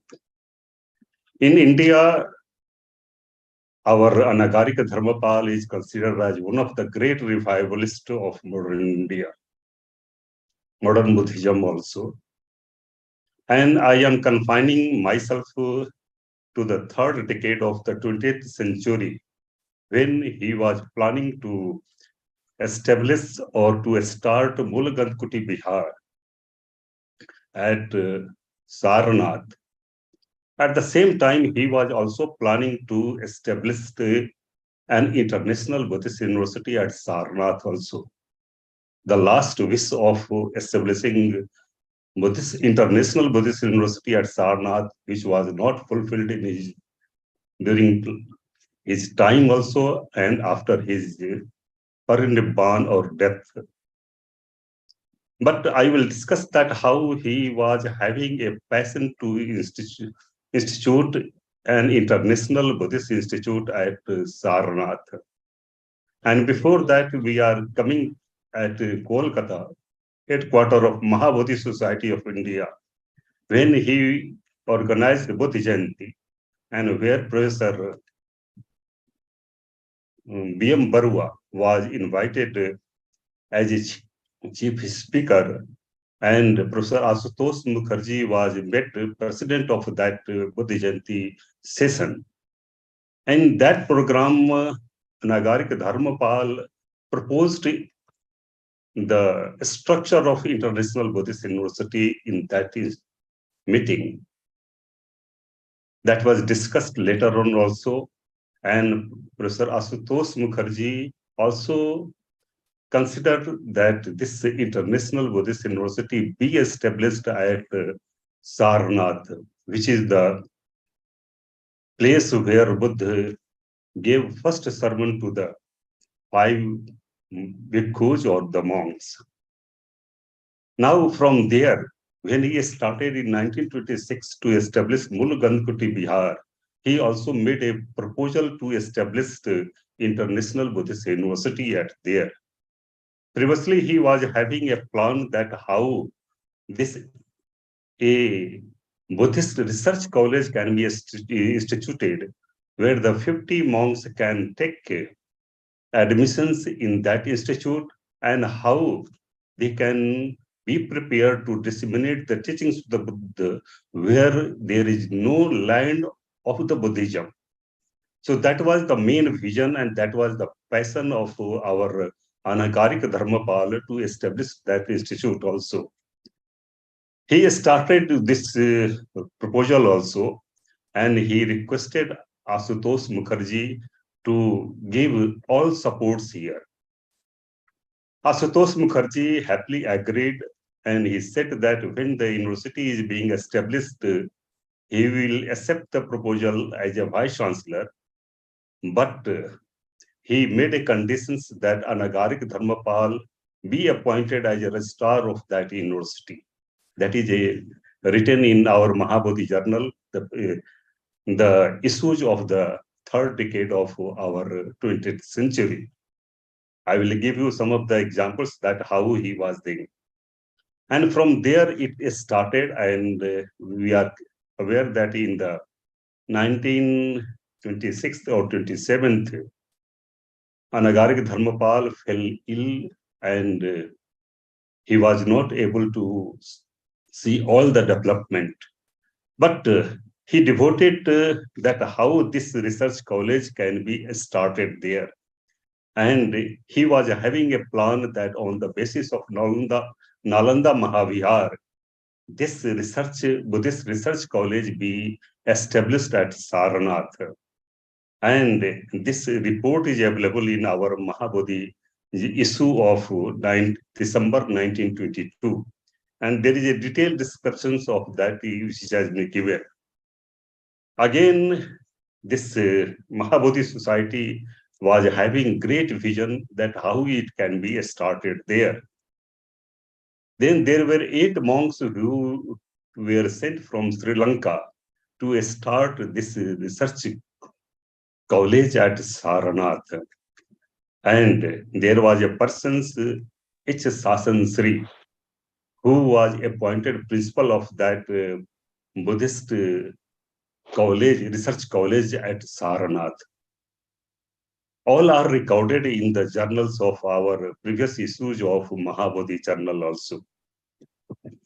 And in that, Dharmapal has got support of our Maharaja of Banaras also.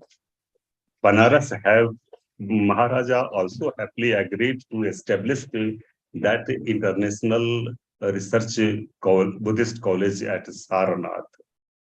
In the meantime, Pandit Madan Mohan Malviya had established a chair of Buddhist studies at Banaras Hindu University itself with the support of King of Baroda.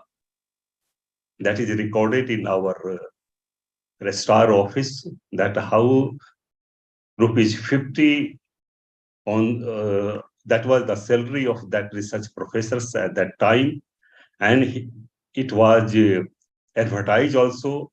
And at last, the Bhikkhu Dhammasiri, who was in charge of Mahabodhi Society of India, Sarnath, he was given that professor chair of Buddhist studies in Banaras Hindu University.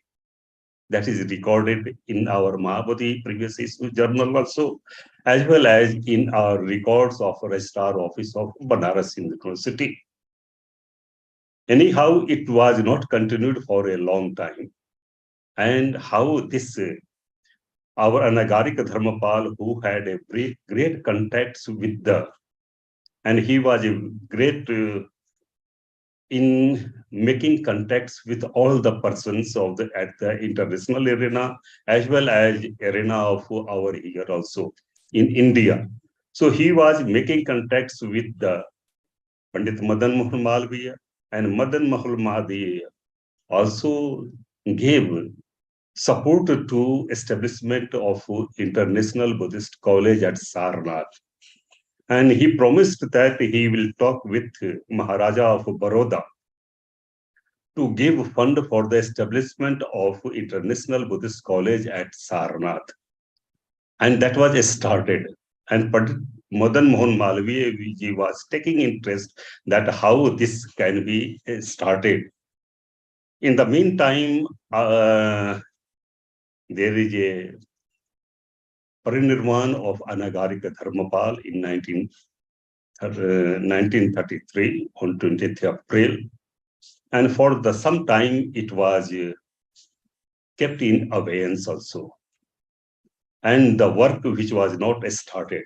But the proposal which were, there are contacts between the Madan Mohan Malviya as well as Anagarika Dharmapala, which are printed in previous issues of Mahabodhi Journal also.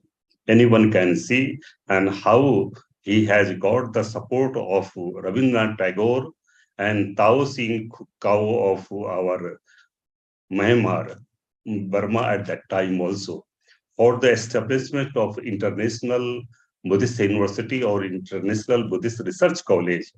And that was the vision that languages like Pali, Sanskrit, Chinese, Tibetan, Japanese be taught here, not for only the sake of theoretical aspects, but how the Buddhist principles can be applied by the monks who are taking these principles, studying their languages, and how the teachings of the Buddha can be disseminated other parts of the world also where there is no land of Buddhism there. So that was the main idea for pursuing all these international Buddhist colleges there. And we are seeing that how this Mulgand Kuti Bihar, which was inaugurated in 1936, the greatest scholars had also come. Rabindranath Tagore had also participated, and he had given Buddhadev Tagore, he has composed a song and it was recited there also. Pandit Madan Mohan Malviya, who was the Vice Chancellor of Banaras Hindu University, he was the president of that session also. And Professor Siddharth Singh ji was also telling that how the people of Banaras were complimenting the fresco paintings of Mulgand Kuti Bihar. So from there, again, the scholars who were contemporary academic achievers in Kolkata, they also thought that a memorial committee in honor of Anagarika Dharmapala be constituted for the establishment of International Buddhist University at Sarnath. So that was started, and again in 1931 we are having that how there are some of the scholars, the yet young Sinhalese boys came here. They were trained at Sarnath International Buddhist Institute there, and how this new temple was kept alive there. And Mulgand Kuti Bihar, it was also given a library by some of the supporters of Myanmar as well as Mahavir Swami. Some of the scholars are saying that he was one of the soldiers of Kumar Singh, who was one of the great fighter of the Ara also. So these were the developments which were taking place, and this was, and when Sasan Sri, who was met the principal of this International Buddhist College at Sarnath, he made a great effort for establishment of this International Buddhist University, and the memorial committee which was established in Kolkata in honor of Anagarika Dharmapala to establish our International Buddhist University. It is very commendable, and the committees were they were taking approvals from the government of our Uttar Pradesh also, and as well as West Bengal also. And this was the main contributions of that, how Anagarika Dharmapala, who had a passion to establish an International Buddhist University at Sarnath. And if you go through the history, life history of Anagarika Dharmapala in Sri Lanka, he is also considered as a nationalist who developed modern Sri Lanka. and he had given the seeds for the revival of independence of Sri Lanka also. His main contributions of Anagarika Dharmapala was that how a nation can be developed in the sense of development of the industry, technology, as well as rural institutes. These three, industry, technology, as well as the rural institutes, were also established in Sarnath. We are also aware that in 1929, a Institute of Industry which was established in Sarnath, a German scholar had come here, and there is a conflict among the Theophysist, Madame Blavatsky, and a Colonel H.S. Olcott. They were not supported by the other scholars also, and in that way that German scholars was asked to vacate Sarnath by the district magistrate of Varanasi at that time. So that was the conflict, and that German scholar who had established an industry institute at Sarnath, he was compelled by the district administration to leave Varanasi also. We are also knowing that how rural institutes were also developed, and in Sarnath we are also having that how educational institutes were established, Mahabodhi Inter College, and Anagarika Dharmapala was having the vision that how primary, secondary, and higher educations, especially for the development of the rural people, can be undertaken at Sarnath. And for that purpose, he had established primary institute, primary schools, secondary schools, as well as higher education college was also developed. We are having that Mahabodhi College was also established, but in the later passage of time, this Mahabodhi College was disappeared. We are not having any records that where it has gone. We are also not having the records that what are the records of International Buddhist University, which was the last wish of Anagarika Dharmapala and the memorial committee who had been established at Kolkata, who had a vision to establish and all the recordings. Societies of Registration Act had also passed to establish this International Buddhist University at Sarnath.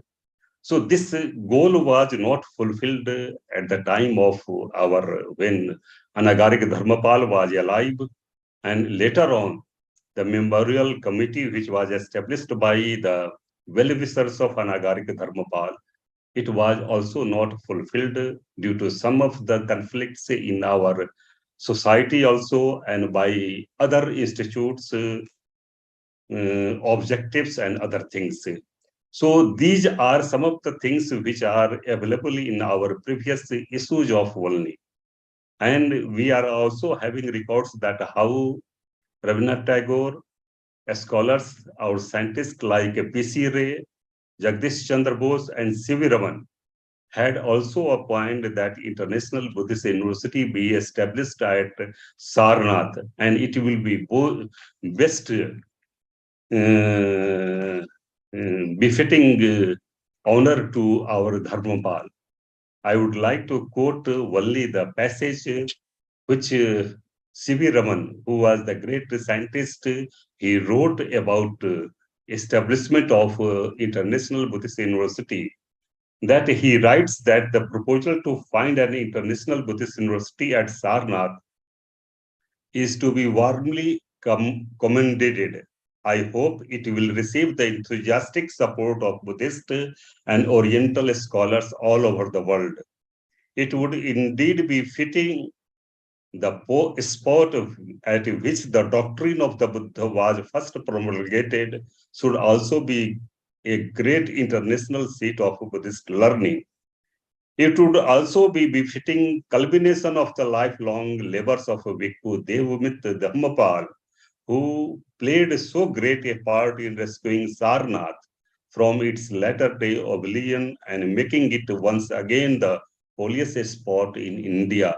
So that was the writings of C.V. Raman also. And he had written to the memorial committee in honor of Anagarika Dharmapala also. Dharmapala Memorial Committee, which was established, it had drawn a very detailed scheme to establish this university. But there were some of the conflicts in regarding the sponsorship and even International Buddhist University, which was supposed there was a need of 3 lakhs rupees at in the third decade of 20th century, and it was not collected here. And later on also, Memorial Committee of Anagarika Dharmapal, in honor of Dharmapal, they also could not be able to get any support related with the financial from any corner. And that was the main reason for not establishment of our International Buddhist University at Sarnath.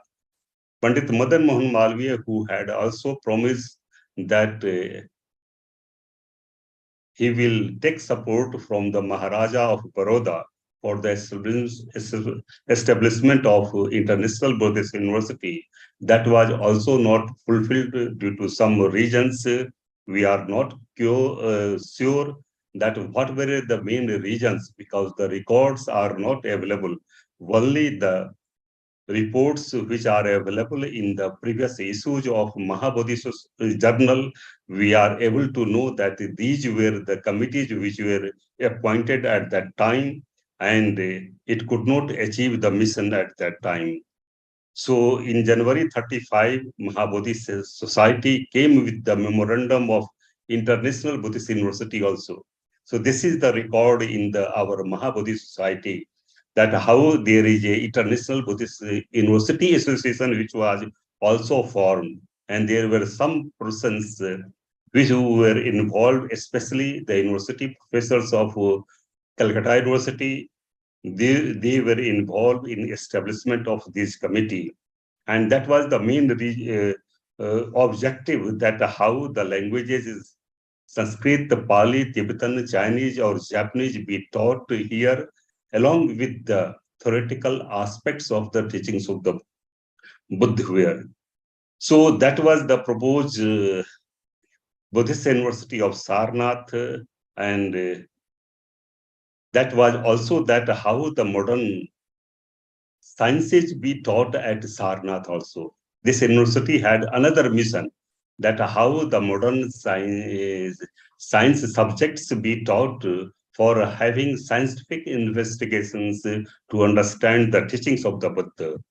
So these were the main the persons who were involved, the contemporary academic scholars or the well-wishers in the third decades of 20th century, who tried to establish this International Buddhist University at Sarnath, but the last wish of our Anagarika Dharmapal, that was not fulfilled.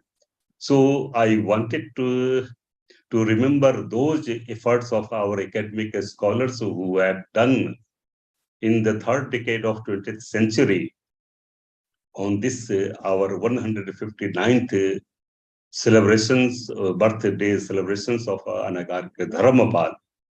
I would like to make inquisitiveness among all the scholars who are present in this our webinar, to know that what was the last vision of our Anagarika Dharmapal, and who were the main persons who contributed in the establishment of Anagarika Dharmapal.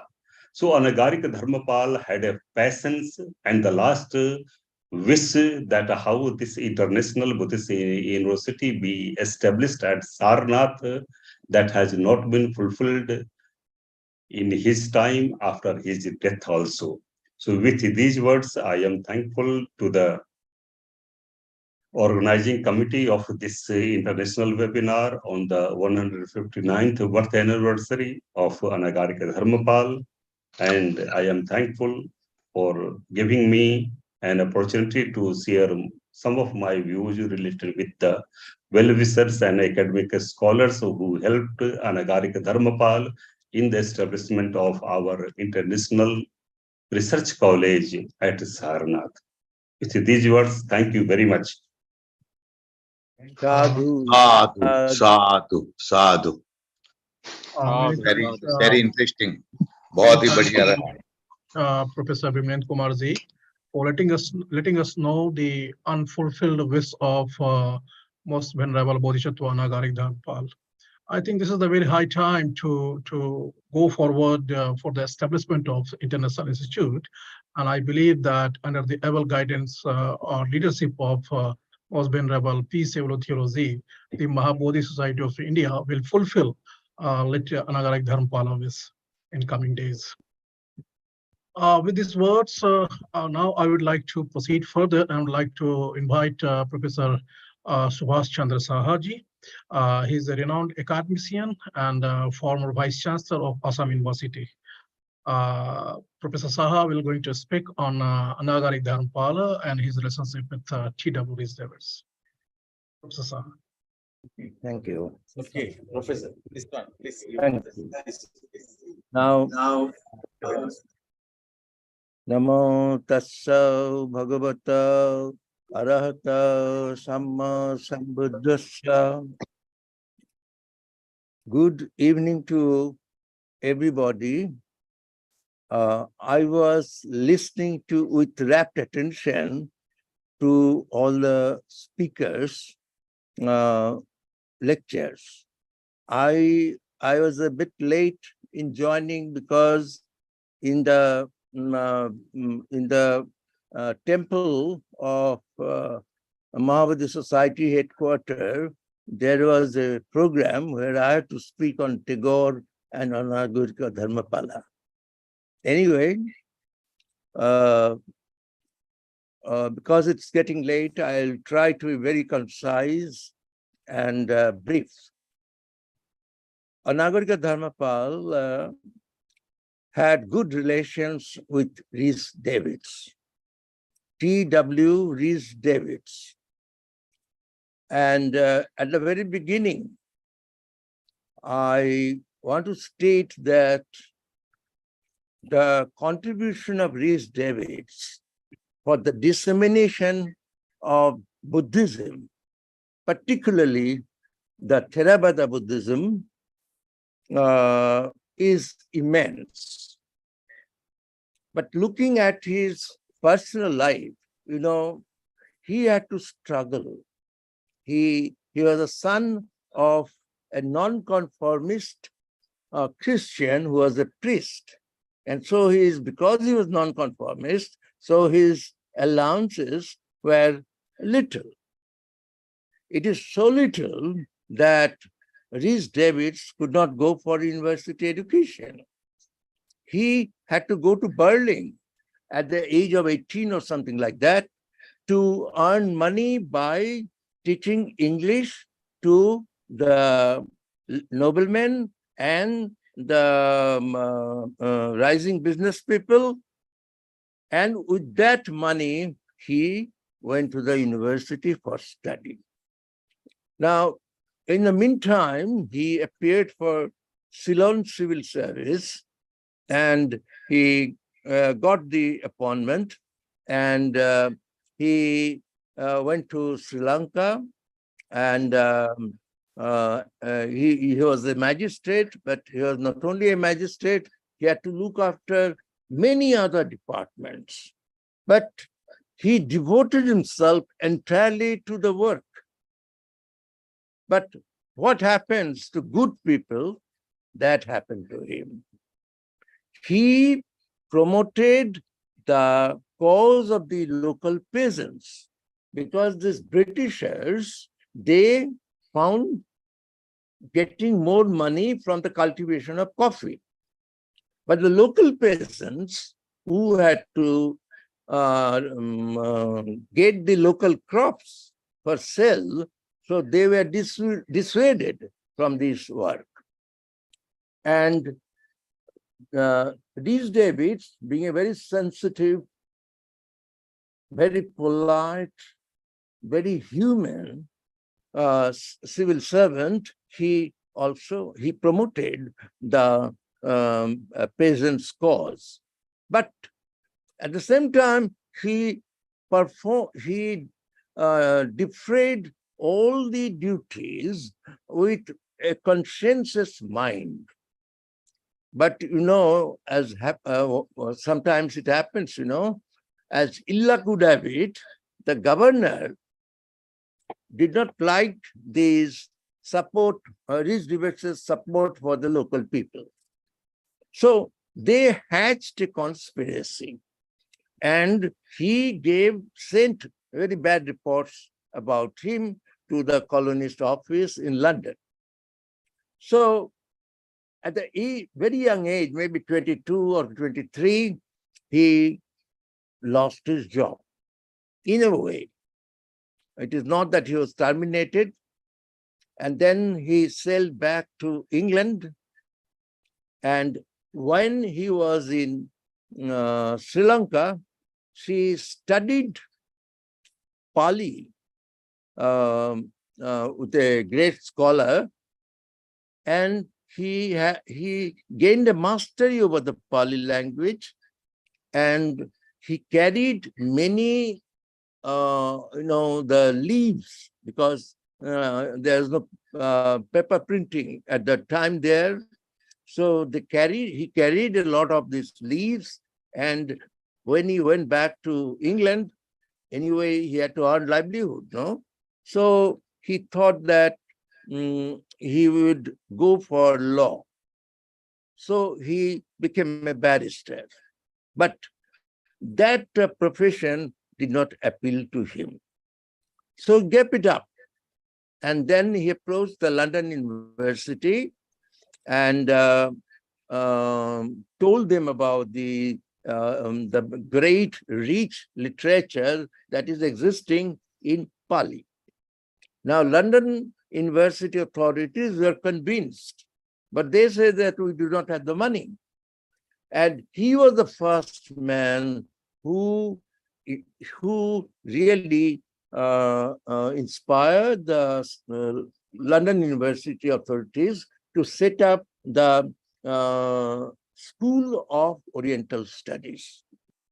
And he was appointed a professor of Pali, but his payment was meager. He was given, the honorarium for his lectures by per hour. Even then, he did not lose hope. He struggled on. And in the meantime, he had been writing articles on Pali and Buddhism, and so he earned some reputation and also some followers who became curious about this Oriental language. And then he started the Pali Text Society. And since some other scholars joined him, so he was able to carry on the activity of the Pali Text Society, though at the beginning, many friends told him that this has no future. There are very few students, but almost it reminds me of Anagarika Dharmapala's, the decision to devote his life to the cause of Buddhism at the Vajrasana when he was young.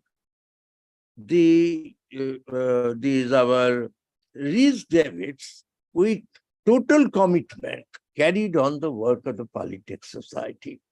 So he got more and more leaves, palm leaves, through his friends in Sri Lanka, and he edited them and he published them. And then he got translators also. So, and he himself translated several texts and got them published to the Pali Text Society. And he was also invited to deliver Hebert lectures on Buddhism. And then there was a Christian religious committee. They expressed a wish to know a little bit about the non-Christian religions. And so he was invited to give lectures on Buddhism. And he did that. And if one reads the text which he has written, it is so persuasive, so well considered. He looks at a point from all sides, and he's a meticulous scholar, and he's a rationalist. He's not swayed by emotion. So this scholarship of Rhys Davids is very impressive, and I hope most of our universities in India should offer a special paper on these Orientalists in their graduate and the postgraduate syllabuses. There are many professors of distinguished universities here.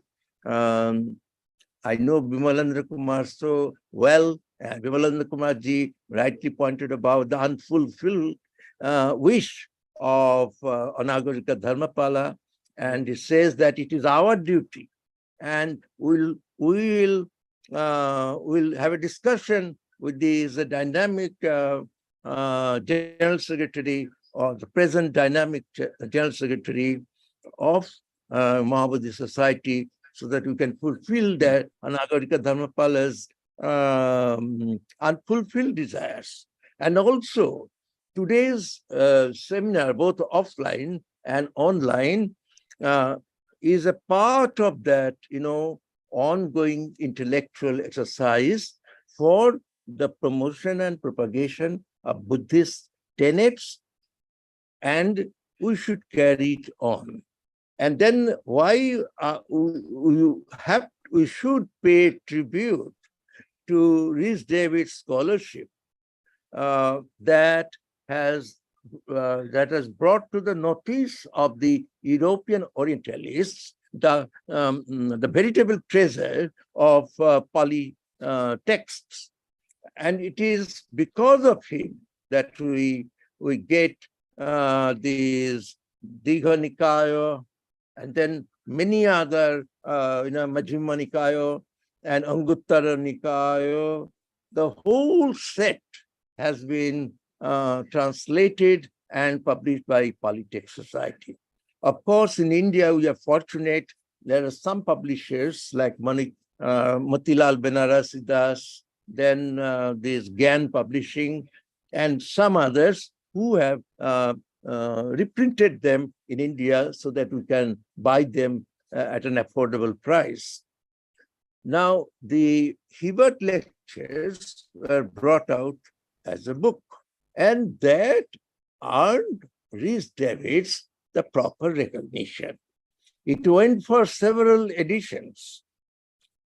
And then he was invited by the University of Massachusetts, where, these financial problems were solved to some extent. And then he was invited to give lectures on Buddha and the Pali in several parts of America. They are called American lectures, and also published under the same title, Buddhism. All these are very well-written books. They should be read by the graduate, undergraduate, and the postgraduate students. And for them, it will not be a difficulty because he writes very simply.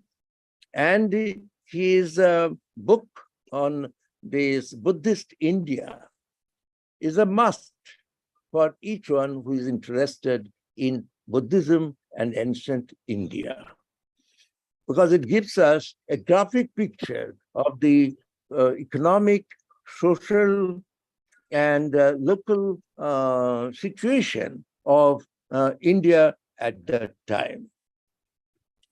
And the importance of T.W. Rhys Davids' academic activities for the promotion and propagation of Buddhism and Buddhist literature cannot be overestimated. But one thing still nags me. When I was doing some little research on this, that even in his country,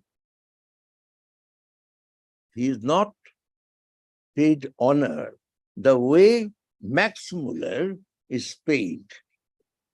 Max Muller, of course, was more, he wrote more on the Sanskrit, on Vedas, Vedic hymns, Upanishads, which are perhaps, because the majority of Indians are Hindus, and that's why even internationally, Max Muller's name has spread far and wide. But at the same time, we who are studying Buddhist literature, who are students of Pali and Buddhism, we must pay tribute to T.W. Rhys Davids' contribution. We must, every library must have all his books, and they are so scholarly. He goes to all little notes and details and gives the references to the page numbers, even the notes. It is not only his books. He refers to all kinds of books. Such thorough scholarship.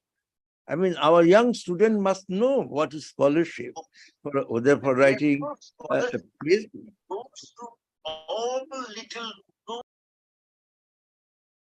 Hello. Please continue and conclude your lecture. Yeah, and that's why I suggest that in India too, we should we must have seminars on the contribution of Rhys Davids and his wife, C.A. Rhys Davids, as well. She has written a lot of books which are not so well known. But I gathered them because they're written so well, and let us make them available to our students also.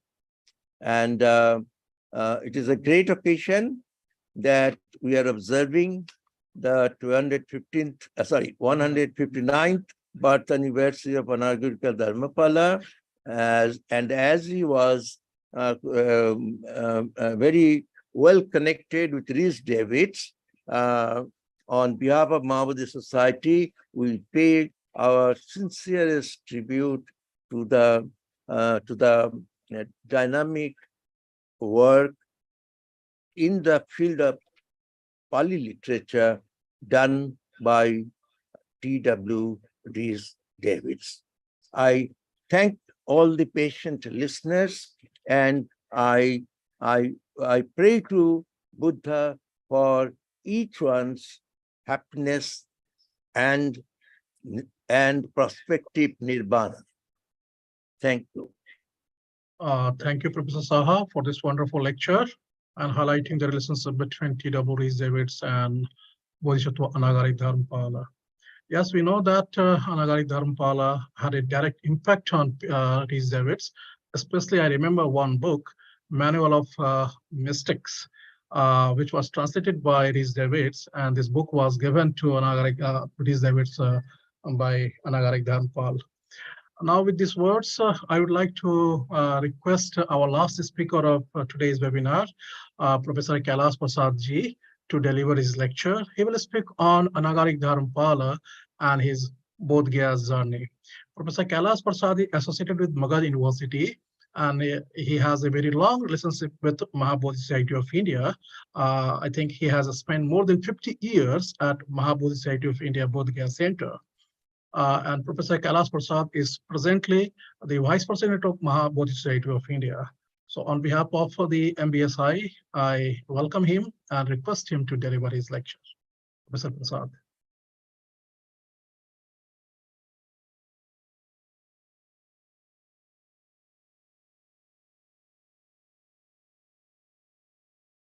Is Professor Prasad is here?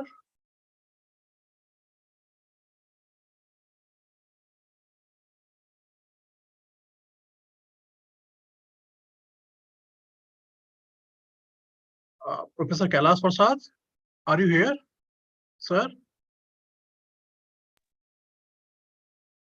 He is not here. Oh, okay, he is not here, I think. He might be busy in another program. Yeah, he is supposed to be busy, very busy, because he is the one of the responsible person at Bodhisattva of India Bodh Gyan Center. So I think shall we proceed further, sir, for the presidential remarks? Yes. So now I would like to request Dr. Mahendra Singh Ji, President Mahabodhi Society of India, to deliver the presidential remarks of this webinar. Professor Dr. Mahendra Singh Ji.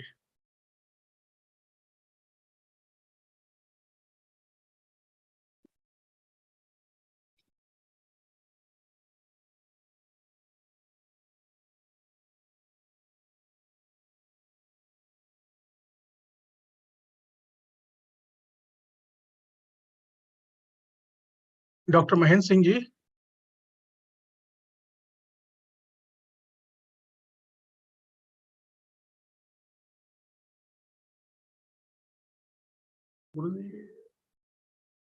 Guruji, can you call him?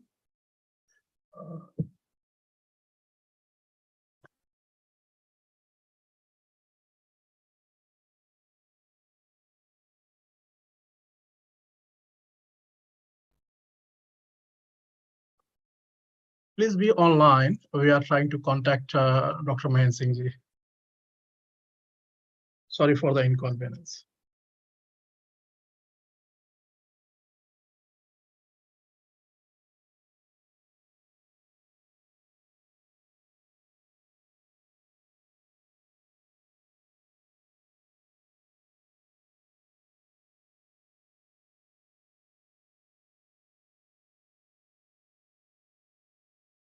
Actually, today, under the Mahabodhi Society of India's different centers, we are organizing many programs, and that's why might be our president is busy somewhere, but we are trying to contact him, and I think he will join us very soon.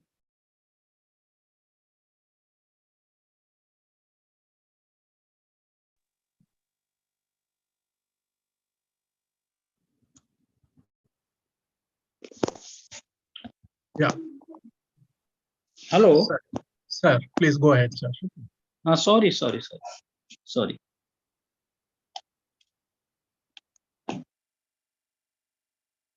Should I speak? Please go ahead, sir. Yes, sir. Yes, please. Okay. Thank you. नमो तस् भगवतो अर्हतो सम्मा सम्बुद्दस्स नमो तस् भगवतो अर्हतो सम्मा सम्बुद्दस्स नमो तस् भगवतो अर्हतो सम्मा सम्बुद्दस्स. First of all, I pay my prostate salutations to Lord Buddha and all the previous Buddhas to bestow blessings on all my fellows and audience here. Thereafter, I pay my homage and regard to the Venerable Anagarika Dharmapala, Devamit Dharmapala, whose 159th birth anniversary is being commemorated today by MBSI with the all distinguished our guests, speakers from home and abroad. And lastly, I pay my respect to Venerable P. Shivli Thero, and who from time to time organizes such events and webinars to promote the aims and objectives of the Mahabodhi Society of India. And I extend thanks to Professor Ujjwal Kumar to conduct this meeting very efficiently and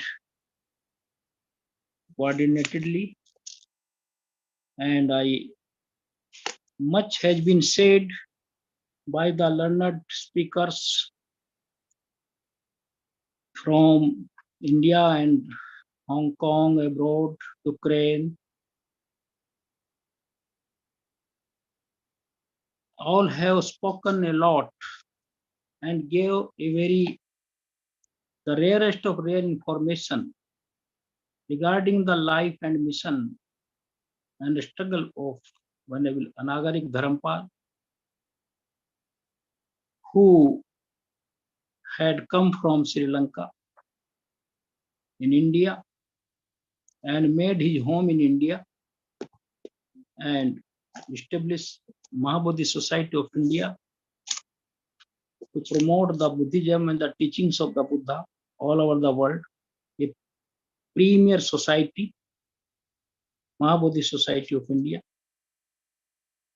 Time has gone very much and I will not like to speak much, but with the permission of the Professor Ujjwal Kumar, I want to go the flashback some points of the life of the Anagarika Dharmapala, which are necessary to mention. When Anagarika Dharmapala was born in Sri Lanka, the political and social condition of that island may be said that the prospectus of Ceylon Buddhism in the 60s of 19th century were dark indeed. Successive waves of Portuguese, Dutch, and British invasions had swept away much of the traditional culture of the country. Missionaries had descended upon the copper-colored island like a cloud of locusts. Christian schools of every conceivable denomination had been opened, where Buddhist boys and girls were crammed with Bible texts and taught to be ashamed of their own religion, their culture, their language, and their race and their color. The attitude of the missionaries is expressed with unabashed directness in one of the verses of the famous hymn of the well-known Anglican Bishop Heber, a hymn which is still sung, though with less conviction than in the days when it was first made its appearance in churches all over the colonial rules of the England. These are the lines. What though the spicy breeze blow soft over Ceylon's isle, where every prospect pleases, and only man is vile. In vain with lavish kindness, the gifts of God are strong. The heathen in his blindness bows down to wood and stone. They taunted and they ridiculed the Sri Lankan people who used to bow before the Lord Buddha, and the statues were made of the stones and the woods, and say used to ridicule the tradition of the Buddhism. These lines say so. And our learned speakers have told regarding the birth and the parents of the Anagarika Dharmapala. The grandfather of Anagarik Dharma, he was from the Hevavitarne family of the Matara in South Ceylon. Hevavitarne Dingiri Epuhemi, the grandfather of the Anagarik Dharma, the first member of the family with whom we are concerned, belonged to a large and respected Goigama or cultivator class. He had two sons. Both of them exhibited the same devotion to the Dhamma as their father.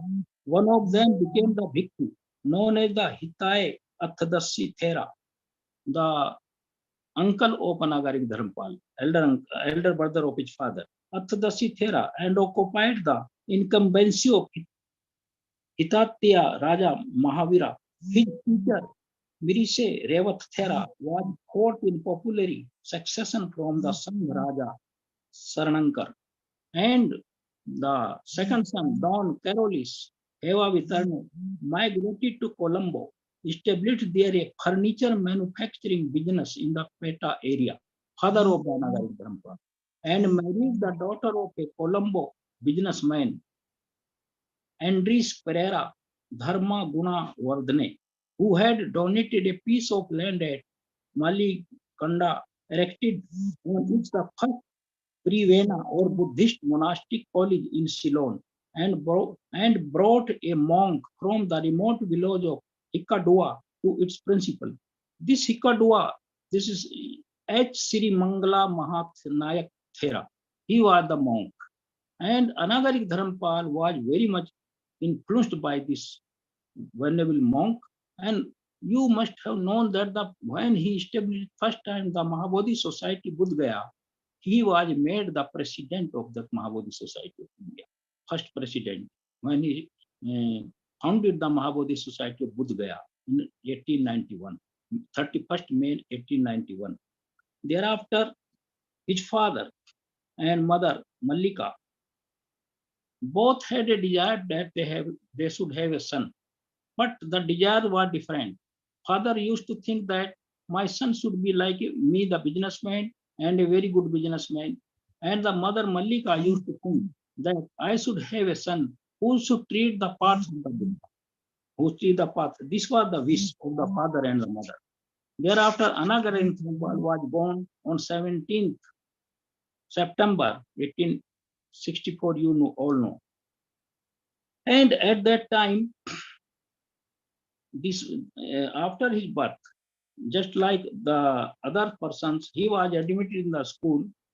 And in those days, the condition of the schools of the colonial rule was pro-Catholic, and all the Dhammas and Dham activities in the Sri Lanka were persecuted, and the people were compelled to be converted to Catholic and Christianity. So Dharmapala suffered a lot mentally because at his home the atmosphere was relating to the teachings of the Buddha. His father, mother, and all the family was Buddhist by birth. So he faced very much difficulty in the school. So there are some examples in this. When he was studying in the school, there was a practice that every 30 minutes, the prayer of the Christianity was repeated in the school, every 30 minutes. And every Thursday, he was asked to come to the school and say the prayers because he was Buddhist. And they were bent upon to convert him into Christianity. So it happened so one day that there was the Buddha Purnima, and his teacher, he went to the study room of his teacher in the school, and asked him to grant him leave to go to home so that he may celebrate the Buddha Purnima with his family. But the teacher did not allow him to go to home. On this, the Anagarika Dharmapala became very, very sorry and sad. And he immediately took his umbrella and his bag and went to home. Next day, when he reached to the school, the same teacher asked him why did he go without his permission. He said it was my festival and I had to go to worship, just like you worship in church. He was so undaunted and fearless. The teacher beat him with a cane. And after this, on the Vesak day, it happened again like this. He went to celebrate the Vesak day every time, and every time the same teacher beat him with the cane. When there was a person, when a student died in the school and his classmate, and the teacher invited the student to gather round the dead body and join the prayers which were to be offered. As David Hevavitarne looked first at the uneasy faces about them, and then at the corpse, dead body, which lay so still on the bed. There came to him in a blinding flash of the illumination of thought that prayer is born of the fear. This was the thought came in his mind. The prayer comes out of fear. Every person prays because he is under fear. This was so he thought this. And like this, when he heard about the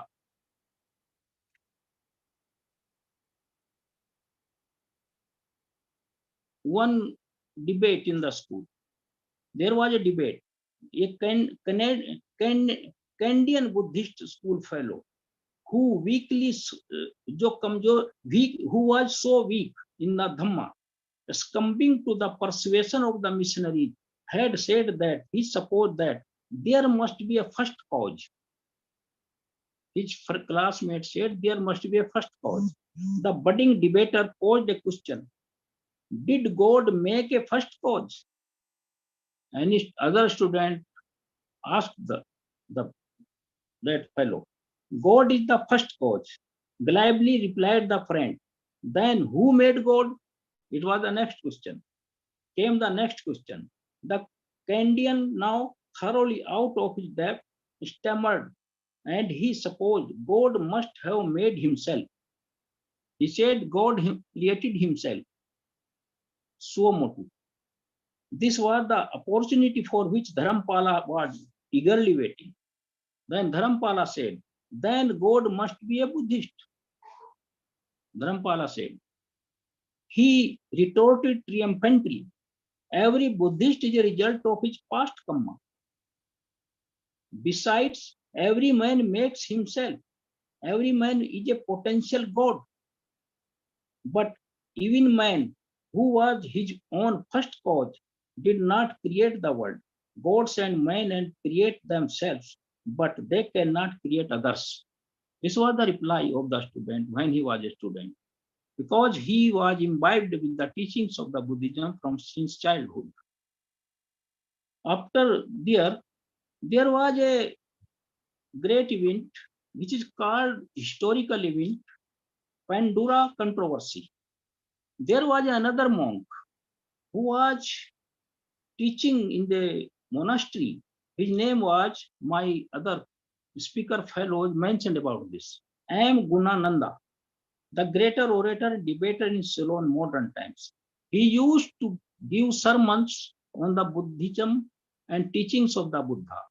And all the government officials and the other teachers were very jealous of him because he was telling the truth and they were not taking him really kindly, and they wanted to downgrade him. So they challenged him and they called that you should participate in the rationation or the disputation on the Dhamma. Can you accept the challenge? Then that monk, Gunananda, said yes. He was alone and there were so many pastors, padris and fathers who were taking part in the debate. Ultimately, that venerable monk, undaunted, faced the united force of Christian orthodoxy, and so impressive was his eloquence, so powerful his reasoning, that the Pandora controversy, which was intended to bring discredit to the Buddhist, sounded instead of the death knell of the Christian influence in Ceylon. So that never again did Catholic or Protestant dogmatism venture to cross swords with the Buddhist wisdom. This was a challenge, and this event that the venerable monk defeated all the others and all the Christians in the debate, spread just like a prairie's fire. When it was out of the boundary of Ceylon, Colonel H.S. Olcott and Madam H.P. Blavatsky, who was a Russian lady, and they belonged to the Theosophical Society, also heard regarding this disputation which happened in the Sri Lanka. they became very happy, and they also came to know that in Ceylon, the Britishers are persecuting and oppressing the feelings of the Buddhists. So they wrote a letter to that monk that we are coming to, because they were liberals and they were not against Buddhists and Buddhism, and they wanted that they should be allowed to follow their Dhamma. The Theosophical Society was such a society, and when they come in the Ceylon, the Anagarika Dharmapala came into their contact, and there was their system in the Theosophical Society, and they used to make chela, just like we said disciple, and the lay chela, just like a bhikkhu and lay upasak. So Anagarik Dharmapal tried best that I should be the disciple of the Olcott and the Madam Blavatsky. So it is a wonderful. My one fellow speaker told this. When he was interested to go to Adyar in Madras in India, because Madam Blavatsky and their office was in Adyar in India, his father did not allow him because of his tender age. And moreover, he saw a dream, in which he saw a bad dream, and which means that if his son goes to Adyar with these persons, he will get in trouble. So he denied. But Anagarik Dharmapal was determined to go with them, because he was thinking at that time that I have got a good gurus and such persons who will guide me, and they are pro-Buddhism. So when he went, ultimately his father gave the permission, and when he went to Adyar, he was interested to know the occultism, the supernatural power. And in those days, in Sri Lanka, it was I am reading the para. Such are the dreams of youth, always aspiring after the impossible. He used to find impossible and conquer the impossible, ever enamored of the unknown. Dharmapala admits in his reminiscence that from boyhood he was inclined towards the mystic ascetic life, and that he was on the lookout for news about arhants and signs of abhigya or supernatural power, knowledge. Even though, as he relates, the bhikkhus of Ceylon were skeptical, they were doubtful about the possibility of realizing arhantship, believing that the age of arhants was past and that the realization of nirvana by psychic training was no longer possible. But his thirst for the direct spiritual experience, his craving for the personal contact with beings of the supernormal spiritual development was by no means quenched by the worldly skepticism of the official custodian of the Dhamma. And it was with a thrill of joy that he read A.P. Sennett's The Occult World. When he went to Adyar with Madame Blavatsky, she was a great lady. She has supernormal power knowledge. She thought, because Buddha also had admonished to his disciple, these magical power, supernormal power, even the highest power of the Idhibal are not necessary to get Nibbana. They are not helpful to get Nibbana. They can make you proud of having such powers. And he also discouraged his disciple not to indulge in the miracles. So Madame Blavatsky thought Dharmapala had gone to Adyar with the intention of studying the occultism. And there is no doubt that Madame Blavatsky could have been of considerable assistance to him. She must have told him and taught him in pursuing the study in that recondite field. But curiously enough, Instead of encouraging his enthusiasm for the occult, she turned his interest in a quite different direction. Calling him to her room one day, she made him sit by her and told him that he need not take up the study of occultism. She told, there is no use and you don't need to find the supernatural power, but that he should study Pali, where all that was needed could be found. He will found everywhere, and that he should work for the good of humanity. After she gave him her blessings, Anagarik Dharampal, till his death, he wrote in his books that these words of Madame Blavatsky were indelibly written on his psyche. And he followed the advice of Madame Blavatsky. So he then learned Pali, studied Pali, and read the Therwad, and Therwad became well known and a good scholar of the Therwad Buddhism. This is but what the tragedy? Because the good persons are always targeted by the bad persons. Madame Blavatsky was defamed by the opposite groups and she was insulted. And after, when Anagarik Dharampal came back from Chicago after the World Religions Parliament, when he met the Henry Olcott, there was a group, because they have made a Ceylon Buddhist Theosophical Society. And at that time, Anagarik Dharampal had gone far ahead to know the teachings of the Buddha. But Henry Olcott was trying to restrain him to his own Theosophical Society. So when Anagarik Dharampal came back from Chicago, he met him and he smiled that they are not doing the in real sense, the propagation of the Buddhism.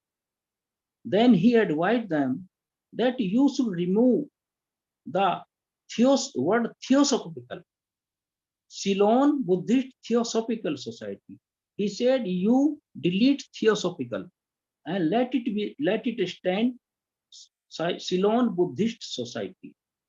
At this, Henry Olcott got angry.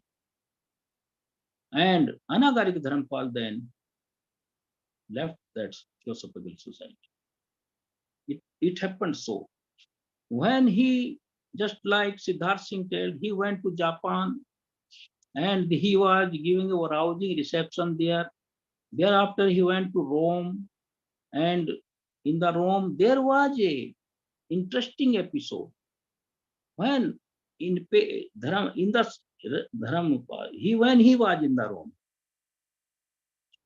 a cardinal who lived in gorgeous and princely style promised him an audience with the Pope. He said that I will take you to the Pope.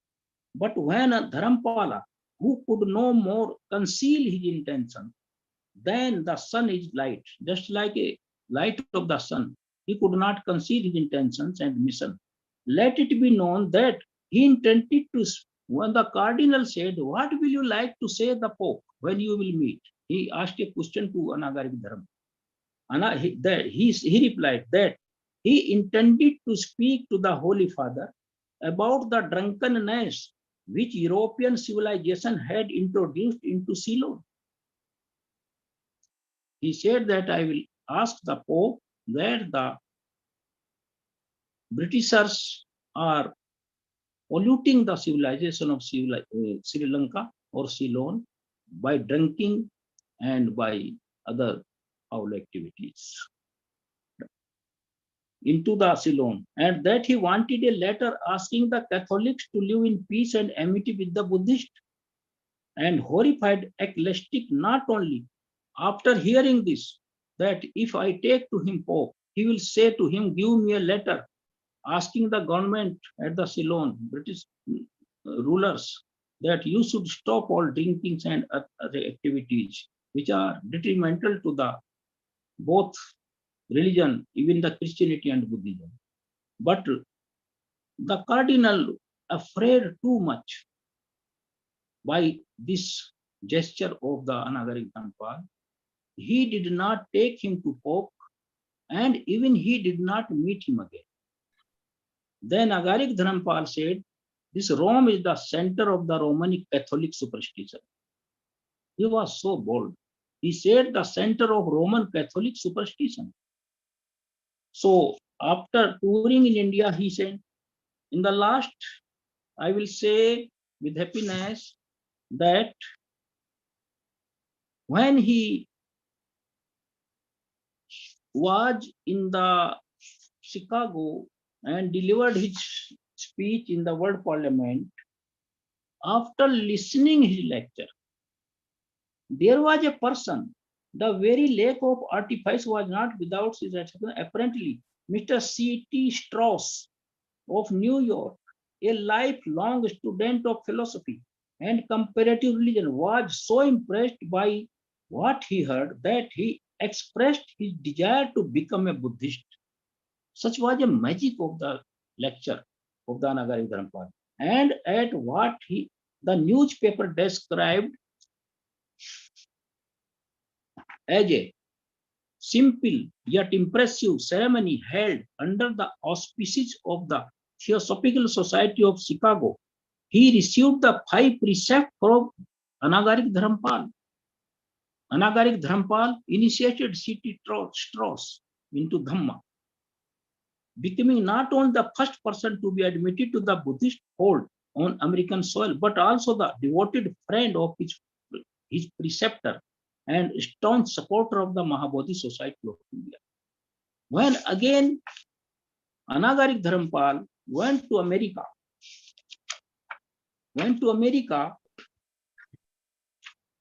there was another person. He was Dr. Paul Carus, the founder of he founded American Mahabodhi Society. Being impressed by the sermons, teachings, and the lecture of Anagarika, he established American Mahabodhi Society. Dr. Parul Perus, he has also written books on the Buddhism. You must have read any book of him. I have a book from Parul Perus. And thereafter he toured all India, and ultimately I have very good feeling to say in the last that I belong to district Saharanpur, Uttar Pradesh, which is adjoining to Haryana and Punjab. Anagarika Dharmapala went to my home district, Saharanpur. How keenly his compassionate heart felt the suffering of the masses and whom he mixed may be judged by the following extract from an open letter which he wrote from Saharanpur. What he wrote in his letter: open your eyes and see, listen to the cries of distresses of the 141 millions of people, and let their tears cool your dry hearts. Don't imagine that providence means luck will take care of you, for the Almighty does not calculate time by your watches. 1,000 years is 1 hour for him, and it is foolish for you to wait and fold hand before him. Wake up, my brothers, for life in this world is short. Give up your dreamy philosophies and sensualizing ceremonies. Millions are daily suffering the pangs of the hunger, drinking the water that animals in the forest would not drink, sleeping and living in houses, inhaling poison day and after day. there is wealth in India, enough to feed all, but the abominations of caste, creed, and sect are making the millions suffer. What a truth he told. He said, there is a wealth in India, enough to feed all, but the abominations means extreme hate. Extreme hate based on caste, creed, and sect are making the millions suffer. This was the letter he wrote from Saharanpur, my home district. And in the last, I pay regard again to that great and holy person who enlightened and revived Buddhism, not only in Sri Lanka and in India, but all over the world, and established this pioneer society called Mahabodhi Society of India. And this society is also still connected with the Anagarika Dharmapala Trust in Ceylon, Sri Lanka, who are also members and trustee, vice president in our society.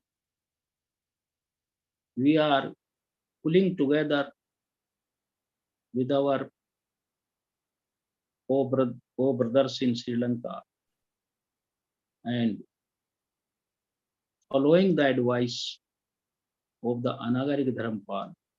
Now, after a gap in the Mahabodhi Society of India, a tragic gap, I will say tragic gap, a new leader in the Chivar, Venerable Peaceably Thero, came to lead the Mahabodhi Society of India since several years. And it is the golden period again that the Mahabodhi Society is taking and catching that speed in all spheres. May it be the discipline and vinay within the society, and every monk, bhikkhu in charge, member, office bearer of the Mahabodhi Society of India, under his ableist leadership, is following his advice and has understood the true spirit of its founder to give furtherance to the aims and objects enunciated by him in his rules and regulations. Centuries before, and we are so much thankful and grateful for that great person. And now we are working under the ableist leadership of our Venerable General Secretary, Peaceably Thero. He is also my guru, who gave me several books to read. He gave me several books. He brought several books from Sri Lanka for me. I am highly indebted, spiritually indebted to him. What I am today, I am because of his teachings and his blessings and cooperation as my Guru and Kalyan Mitra. So I convey my regard to him again and again, and I again bow my head with reverence all our speakers and listeners of this webinar. I pray Lord Buddha for the well-being of all of you. Namo Buddhaya. Namo Buddhaya. Sadhuvat. Sadhuvat. Bahut badhiya. Thank you, Dr. Manish, President, Mahabodhi Society of India. And in his last words, he has already expressed the vote of thanks to all the participants and the speakers. Though on behalf of the MBSI, I'm giving you here the formal vote of thanks. And first and foremost, I would like to express our heartfelt gratitude to all our distinguished guests and participants who have graced this occasion with their presence. Your valuable time, insights, and contributions have made this event a truly memorable and enriching experience for all of us. I extend our sincere thanks to Professor Stephen Camper, USA, for honoring us with your presence and delivering an inspiring Sir, your wisdom and perspective have provided us with valuable insights that will undoubtedly guide us in our future endeavors. I'd also like to express our deepest appreciation to all our speakers and panelists who shared their expertise and knowledge with us today. Presentations and discussions have enlightened us on various aspects of Anagarika's journey and have left us with much to ponder upon. I'd also like to extend a special thanks to all the attendees who have participated in today's event. Last but not least, I want to express our gratitude to all the MBSI authority and everyone who contributed to the logistical and operational aspects of this event. Your efforts have made this event run seamlessly.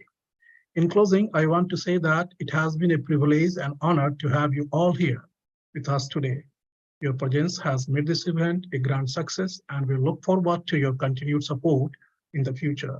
Thank you once again for being a part of this wonderful event. Thank you. With these words, Sadhu, sadhu, sadhu. This webinar is completed. And once again, thank you all for joining us and sharing your valuable thought with us. Sadhu, sadhu, sadhu.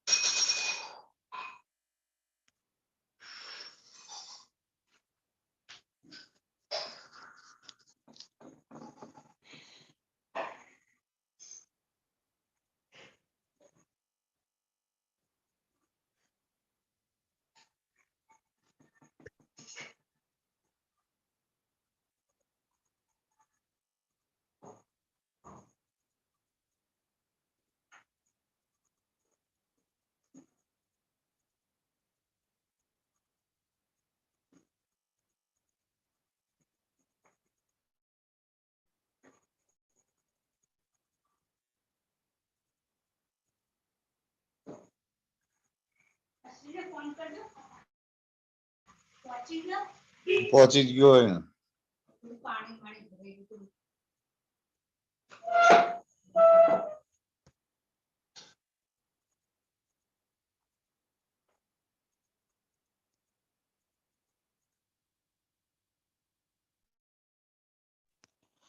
साधुवाद सभी को। नमो मैत्रेय बुद्धा। आप सभी को अनागारिक धम्मपाल जी की 159वीं जन्म जयंती का अभिवादन, अभिनंदन।